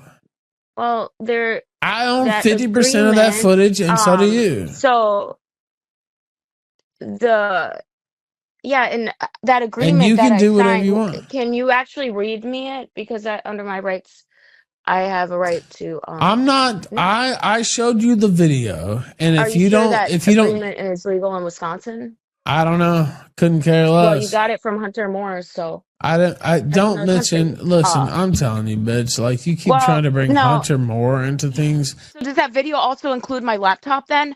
I don't have your laptop. Yes, you do, Ralph. You lost your own Well, if laptop. that So video- Ralph, it was tracked to you. Scarlett actually says she saw you put it in your bag. I don't know why she was talking to you after you did that, but video was sent from my goodbye. laptop. Thanks. We did So, shoot. I have I the don't scene. have Do a you want me to copy show of it on it. air? I have I the don't have scene. a copy of the papers. I have the actually have- scene. Okay, we'll file Well, a what report. about your charges for battery that night? I don't care. Who knows what you're talking about? yeah, Ralph grabbed her by the hair, slammed her in the pavement, and now he's trying to play it off. I did not write you up for that, but Who gives a You should have. You should have, Scarlett. we talked about it. Nobody and that- gives well, a fuck. You think you're outing me? It's simple battery. I'm not You outing said you. said I grabbed I'm you. not You said I grabbed you by the ankle, and they let me go within 1 hour, and then I fucking. That's literally what happened. You said I grabbed you by the ankle. They filed a simple assault charge, which is a citation. Do you know what the difference between a misdemeanor, a citation, and a felony are? This means unless I ever come back to Milwaukee or that area, I'm never gonna have to pay that money. Grabbing you on the ankle Oh, don't not mean anymore. Not anymore, Ralph. They just made it so it's enforceable. So how many states is this Ralph is not allowed in anymore? So he can't go to Minnesota. And I could be wrong, but I think there are other ones too. shit. I already have the body cam and nobody else does. So, like, who cares, bitch? You're not putting me on blast, but you suck my. You Is took no money blast. for it, and you agreed But for me what to about publish what it. about the So- what about the laptop? Can I don't ask you know. about You that? you Don't can hang no, up you now, can't Howard. actually. So I. If I was Scarlett, I would call up Apple and say, hey, my laptop, I believe it got stolen. Could you lock the whole thing out? I know they can do it for phones, so they might be able to do it with computers too. I have not. That's up to you. What about you have no, to keep what up about- with your own property, sweetheart. I don't know what to tell you. Wow. You have to keep up with your Ralph is a thief, and he's blaming the person he robbed. But you know if that happened to him, he would be losing his little mind. property. Like, what am I supposed to do about that? You told me I have your PC. I did not tell and you all of a that. sudden you, That's took it. And that's Yeah, I believe Scarlett over Ralph, about Ralph telling her flat out, yeah, I stole your computer. What are you gonna do about it, bish? You're in Mexico City airport screaming, I'm going to release everything on your laptop. I got a file on you. I did not say that. I'm not the first one that you've done this kind of stuff to, so that's why I'm just calling it out right now. Okay, yeah, well, call it out. Do it has somebody nothing to- else's show. Never call me again, though. Oh, Ralph, you and Scarlett are going to be talking again, don't you worry. Now that would have been it, surprisingly. I know Ralph isn't doing much these days. He's kind of fizzled out from his 2022 peak. Man, back in the day, I remember there was some guy streaming on Odyssey talking about Ralph. He was a no-name guy. He had like 8 viewers. And Ralph came into the chat losing his mind at the guy. Nick Arcada laughed at Ethan Ralph for farting. And guess what? Ralph declared him a death enemy for it. He will snake anybody that gets close to him. Now, like I said, that was going to be it. And this is cheating a little because this happened on June 1st. But Ralph actually doxed where he lives. Ralph ordered some DoorDash while he was on stream. I don't know anyone who orders DoorDash or food delivery using their computer, but Ralph did. And he showed off the address the delivery driver was going to. And Ralph, it turns out, he actually lives in a shack. He lives in a tin shack. I could not believe my eyes. It was as bad as everyone memed it out to be. I cannot believe he has been in Mexico for 3 years now. It really does not feel like that. Oh my god, what an idiot. But that's it for our Ralph segment, and moving on to another idiot, and we have Tophiachu. Now, Tophiachu, in March, she apparently got kicked out of her shelter, but I also figured we'd talk about a few other things too. Now, starting out, we have this clip, and it really reminds me of Prime Wingo. Blaming me and saying it's my fault. I'm tired of this shit. Honestly, I don't even know what she was so angry about in that clip, but again, it just reminded me of Wings of Redemption. Now in this clip, you can hear Tophia saying how in Canada, you don't need to lock your door at night. That is absolutely not true. She has no idea what she's talking about. And they talked about 9/11, I believe, also in there, but they also talked about the crime. And he walked, and he showed this, I believe it was Canada. I'm pretty sure. Opened the door and was like, hi. They don't have to fear for their lives. They could leave their doors unlocked. No, you... unlocked and wide open. No, you absolutely cannot. I don't know where she heard this from, but again, it is absolutely not true.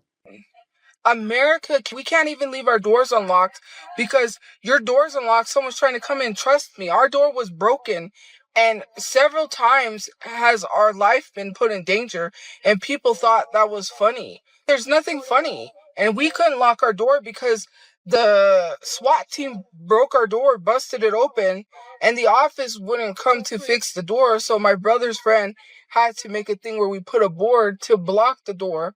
I need to say this. Tophiachu actually looks like she's wearing a muumuu from the Simpsons episode. Nobody could come in. Our safety is constantly put in danger. My brother would still be alive had that guy not got a hold of a gun. Tophia, your brother would have still been alive if many, many other things happened differently. These are the things that I think about, and then people say it's my fault. Was I the one who allowed a criminal to get a gun in possession? He was a prior criminal. He had prior records. You cannot tell me that a repeat offender should be able to get a hold of a gun like that and then turn around, cause more trauma to someone and say, well, it's your fault. Gun violence happens every day. No, people should not have to watch their back while going. You know what? I just thought about this. We just had a shooting not long ago. Tophia, what are you talking about?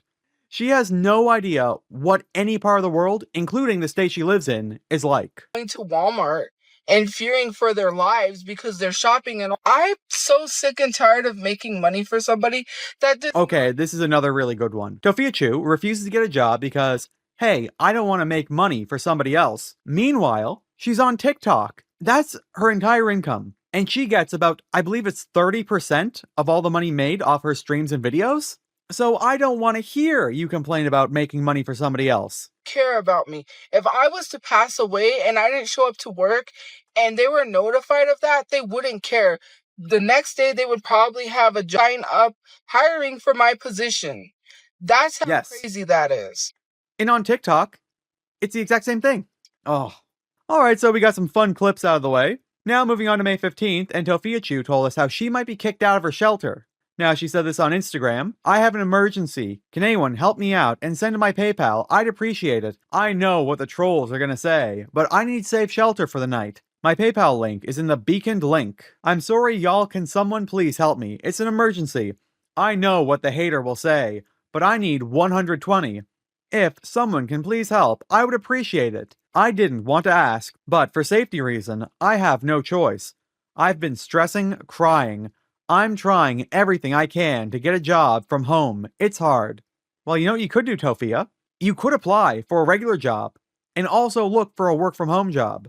She also loses her mind whenever somebody says, Tophiachu, you need to get a job. Why should I have to get a job? I have trauma. That's what she says. Meanwhile, everybody else on the planet understands, hey, I might have some problems going on, but I still need to work. Still need to make money. Not Tophiachu. Her brother died, what was it, last March?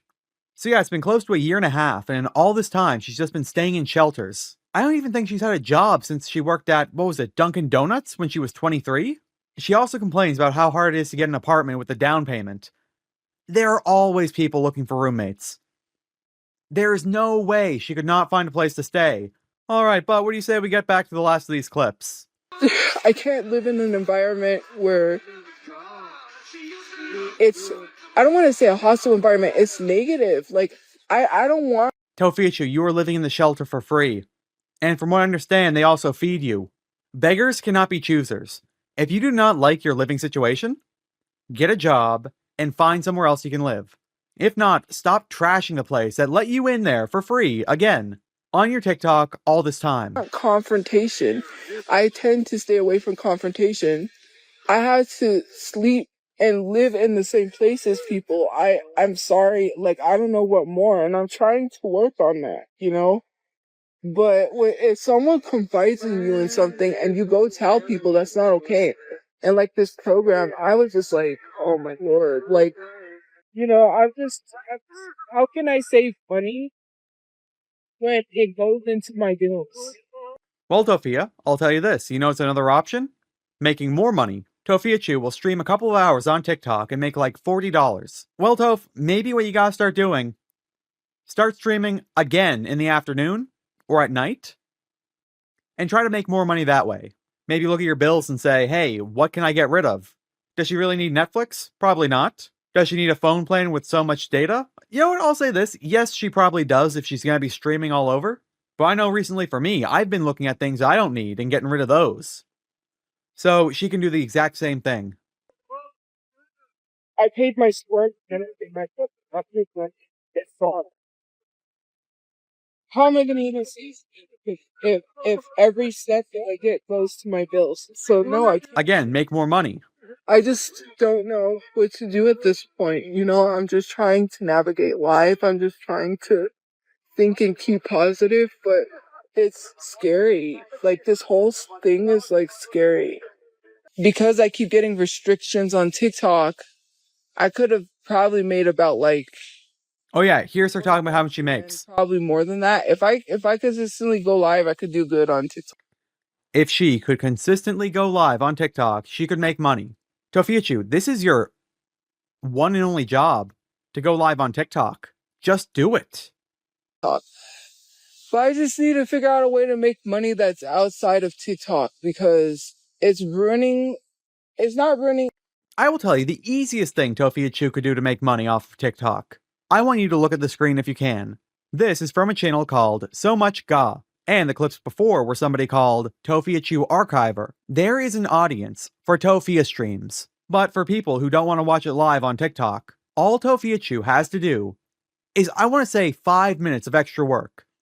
If she were to go on her YouTube channel, re-upload these every day after she was done, she would get monetized on YouTube and make not serious money, but at least some of it. But rather than do that, she would rather just complain on TikTok and then go on YouTube, Netflix, and play video games. Okay, TikTok in a way is not ruining my relationships. It's just people twist and mix things that I say and then try to say, oh, like, when I talk about people, I'm not talking about someone in my personal life. Like, I won't do that on here. I wake up with constant headaches. I get headaches, and it doesn't matter if I wake up with constant headaches. I'm always going to have constant headaches because I am stressing. I'm behind on my bills, and people are like, just go get a job. Yes. Like, you don't even know half of the stuff that I have to deal with. Yes, we do. You tell every single part of your life on your streams, Tophia. We know exactly what you're going through. That I can't even talk about. And especially telling someone to get a job, that's not advice. Yeah, you're right, Tophia. It is not advice. It is just telling the person what they need to do. If you are behind on your bills, cannot afford a place to live, you need to stop spending money on junk like your fake nails, video games for consoles she doesn't even own, tablets, clothes that don't fit her, and she needs to start saving. Even if she got a part-time job working 3 days a week, she could still do TikTok, and she could easily bring some money in. It's being rude, and especially when your advice is being rude, that's not advice. Oh yeah, telling someone that's homeless, complaining about having no money to get a job, that's rude. I could tell you to get the F off the internet, and I'm not going to cuss, but... Oh my lord. Since they get the F off the internet, that's not advice. I could tell you... Stop giving fucking advice you know nothing about. She's got some similarities to Wingo, I'll say that. Like that, and then say it's advice. Let's be for real. That's not advice. I didn't ask you for advice. I didn't pay for your advice, so don't give me advice. Some of you guys need to learn to stop giving content creators or people online unsolicited advice. If I asked for advice, I would say it's differently. She's the biggest whiner I've ever seen. Fingers to yourself and stop typing advice no one asked for. I can't stand her. It's been a long time since I kept up with Tophiachu. I've probably covered her in one of these recently, like within the past 5 or 6 episodes, but man, I have trouble listening to her. Even Foodie Beauty is better. At least with Foodie Beauty, I can kind of understand what she's saying half the time. With Tophiachu, it's like her own version of Pignosis from DSP. I just start listening to her, and next thing I know, it's 10 minutes later, and I have no idea what she just said. But that is it for our Tophiachu segment, and now moving on to Chud the Builder. Now, Chud the Builder is a name I heard of before this all happened, but I'd never seen one of his streams, I had never heard of him. All you really need to know is he's another Johnny Somali, and on May 9th, after getting kicked out of a restaurant, he decided he was not going to pay his bill after he was told, do not stream in here. Again, if you go to a restaurant and they say, hey, no cameras, no videos, no photos, at that point, you gotta say, okay, am I gonna stay and do what they say? Or am I gonna say, that's it, I'm gonna head out? Well, Chud the Builder chose, I'm gonna stay in here and stream until getting kicked out. Hi, how are you? I'm good, how are you? Wondering why you got Chud the Builder written down right.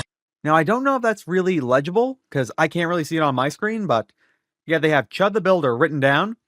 That's because people have called into the restaurant saying, hey, you got this guy, you might want to watch out for him. Sure. Someone just called me about that. Is that you? Yeah, they say a lot of weird things about me. I'm curious what that's about. It's a private conversation. He said what? He told me to look it up. Yeah, what about it? He just told me to look it up. Someone on the phone to call. Yeah, I know. They try to harass me everywhere I go. You don't condone anyone harassing anyone. I know, I hate that. I know. I try not to get harassed everywhere I go. But yeah, still here we are. You're not filming, are you? Filming? We're live streaming. I would prefer you not live streaming. Oh, okay. What are you about to tell us we can't eat here? Yeah, we would never do that. I was just curious why they're calling us.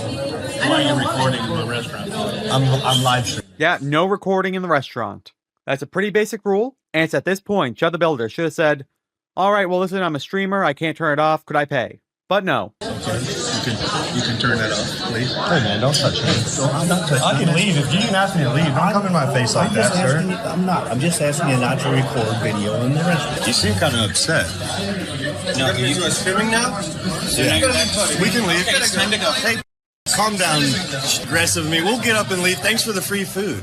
Hey, no, Bob's Steakhouse. I'll take care of it. Oh, no, we're not paying. Oh yeah, they say to him, no, you gotta pay. This could have been as easy as him saying, hey, could I get this stuff to go?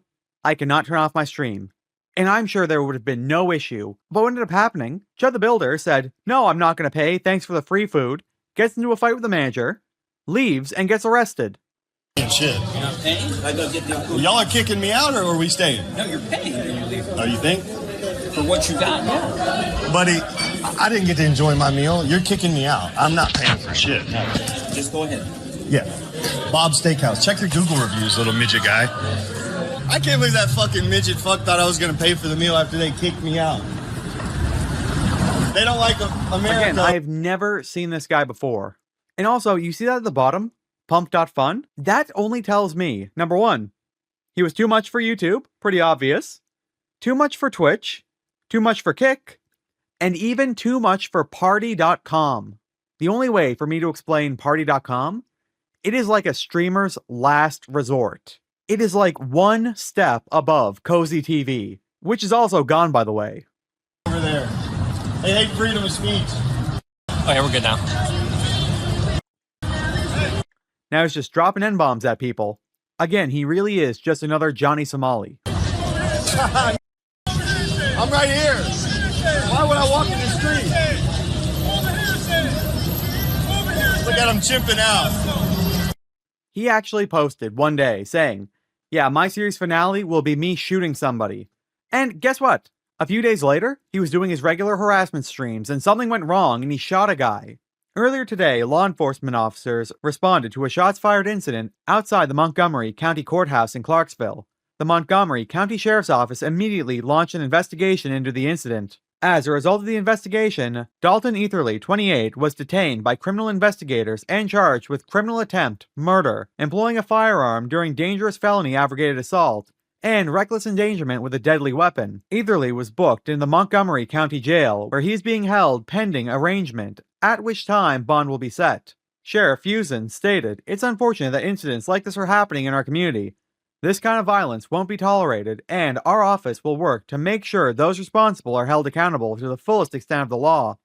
Now, Chud the Builder's bond was set for I think it was $1.3 million, but it got lowered down to $1 million. He actually started GoFundMe, trying to raise money to get out. But you know what? Again, this man is no different than Johnny Somali.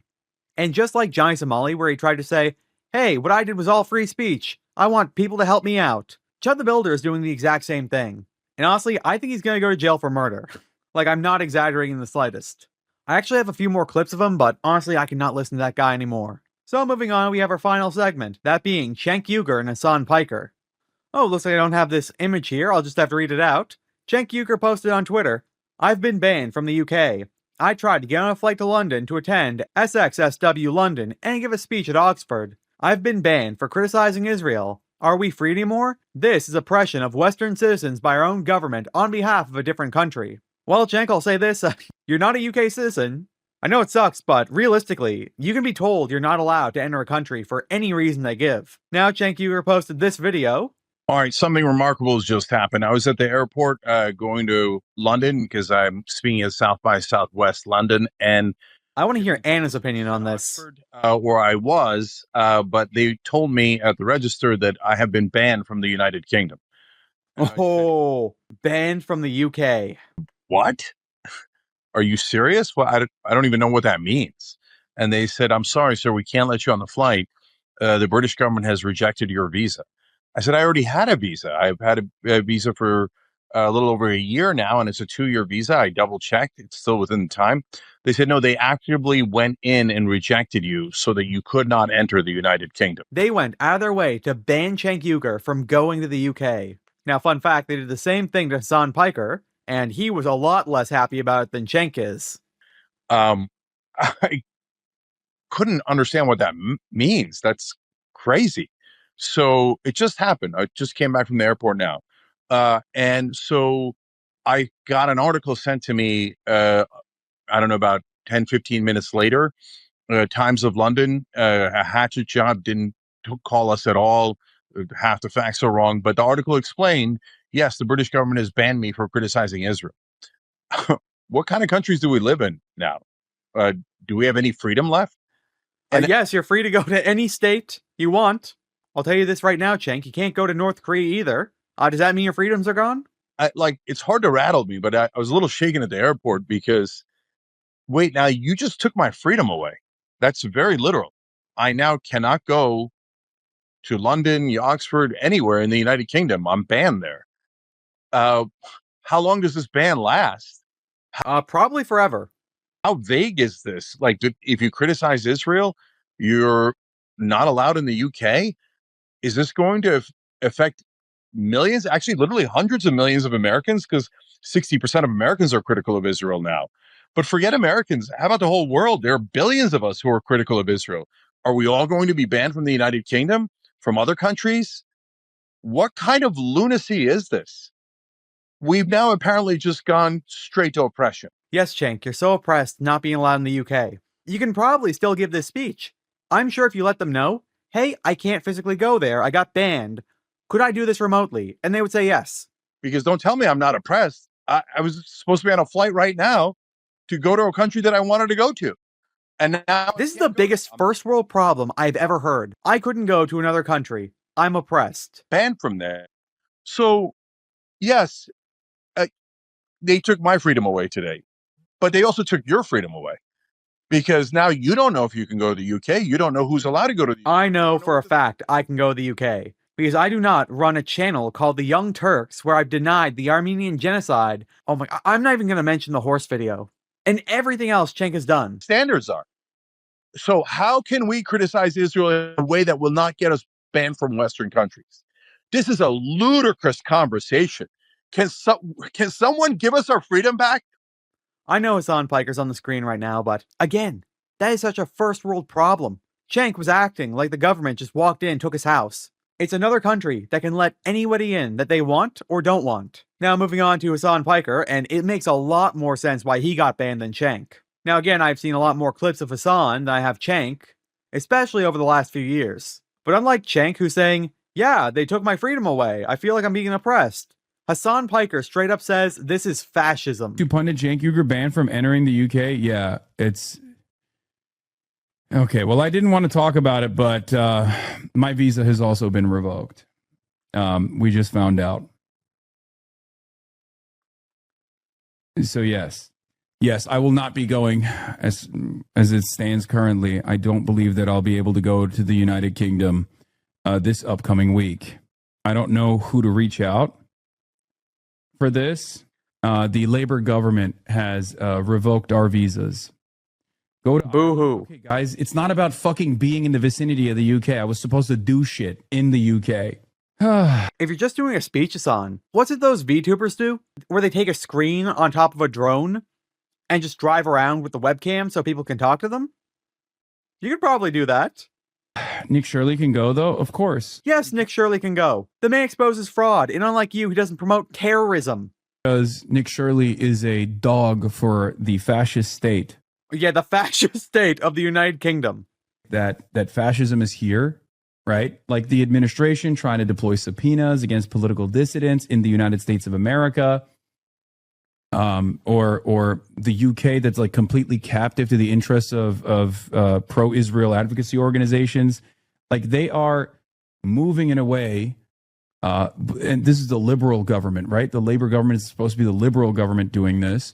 And the American government is the right-wing government doing it. Like we are in the 1930s era where I think that this is the stupidest thing I've ever heard in both the UK and the United States of America, regardless of like their supposed ideological differences, are absolutely moving as a uniparty, and things are going to get even worse from here on out. Straight up fucking fascism. I know I didn't talk for a lot of that segment, but the Hasan one, I was in real shock. The UK government and the US government working together like it's the 1930s. Straight up fascism. Oh my lord, I think more countries need to ban Hasan Piker. If he likes China so much, he can just go there. But thankfully, we're done with that segment and this episode. Now I gotta get back to editing this real fast. So I will see you guys soon. Peace.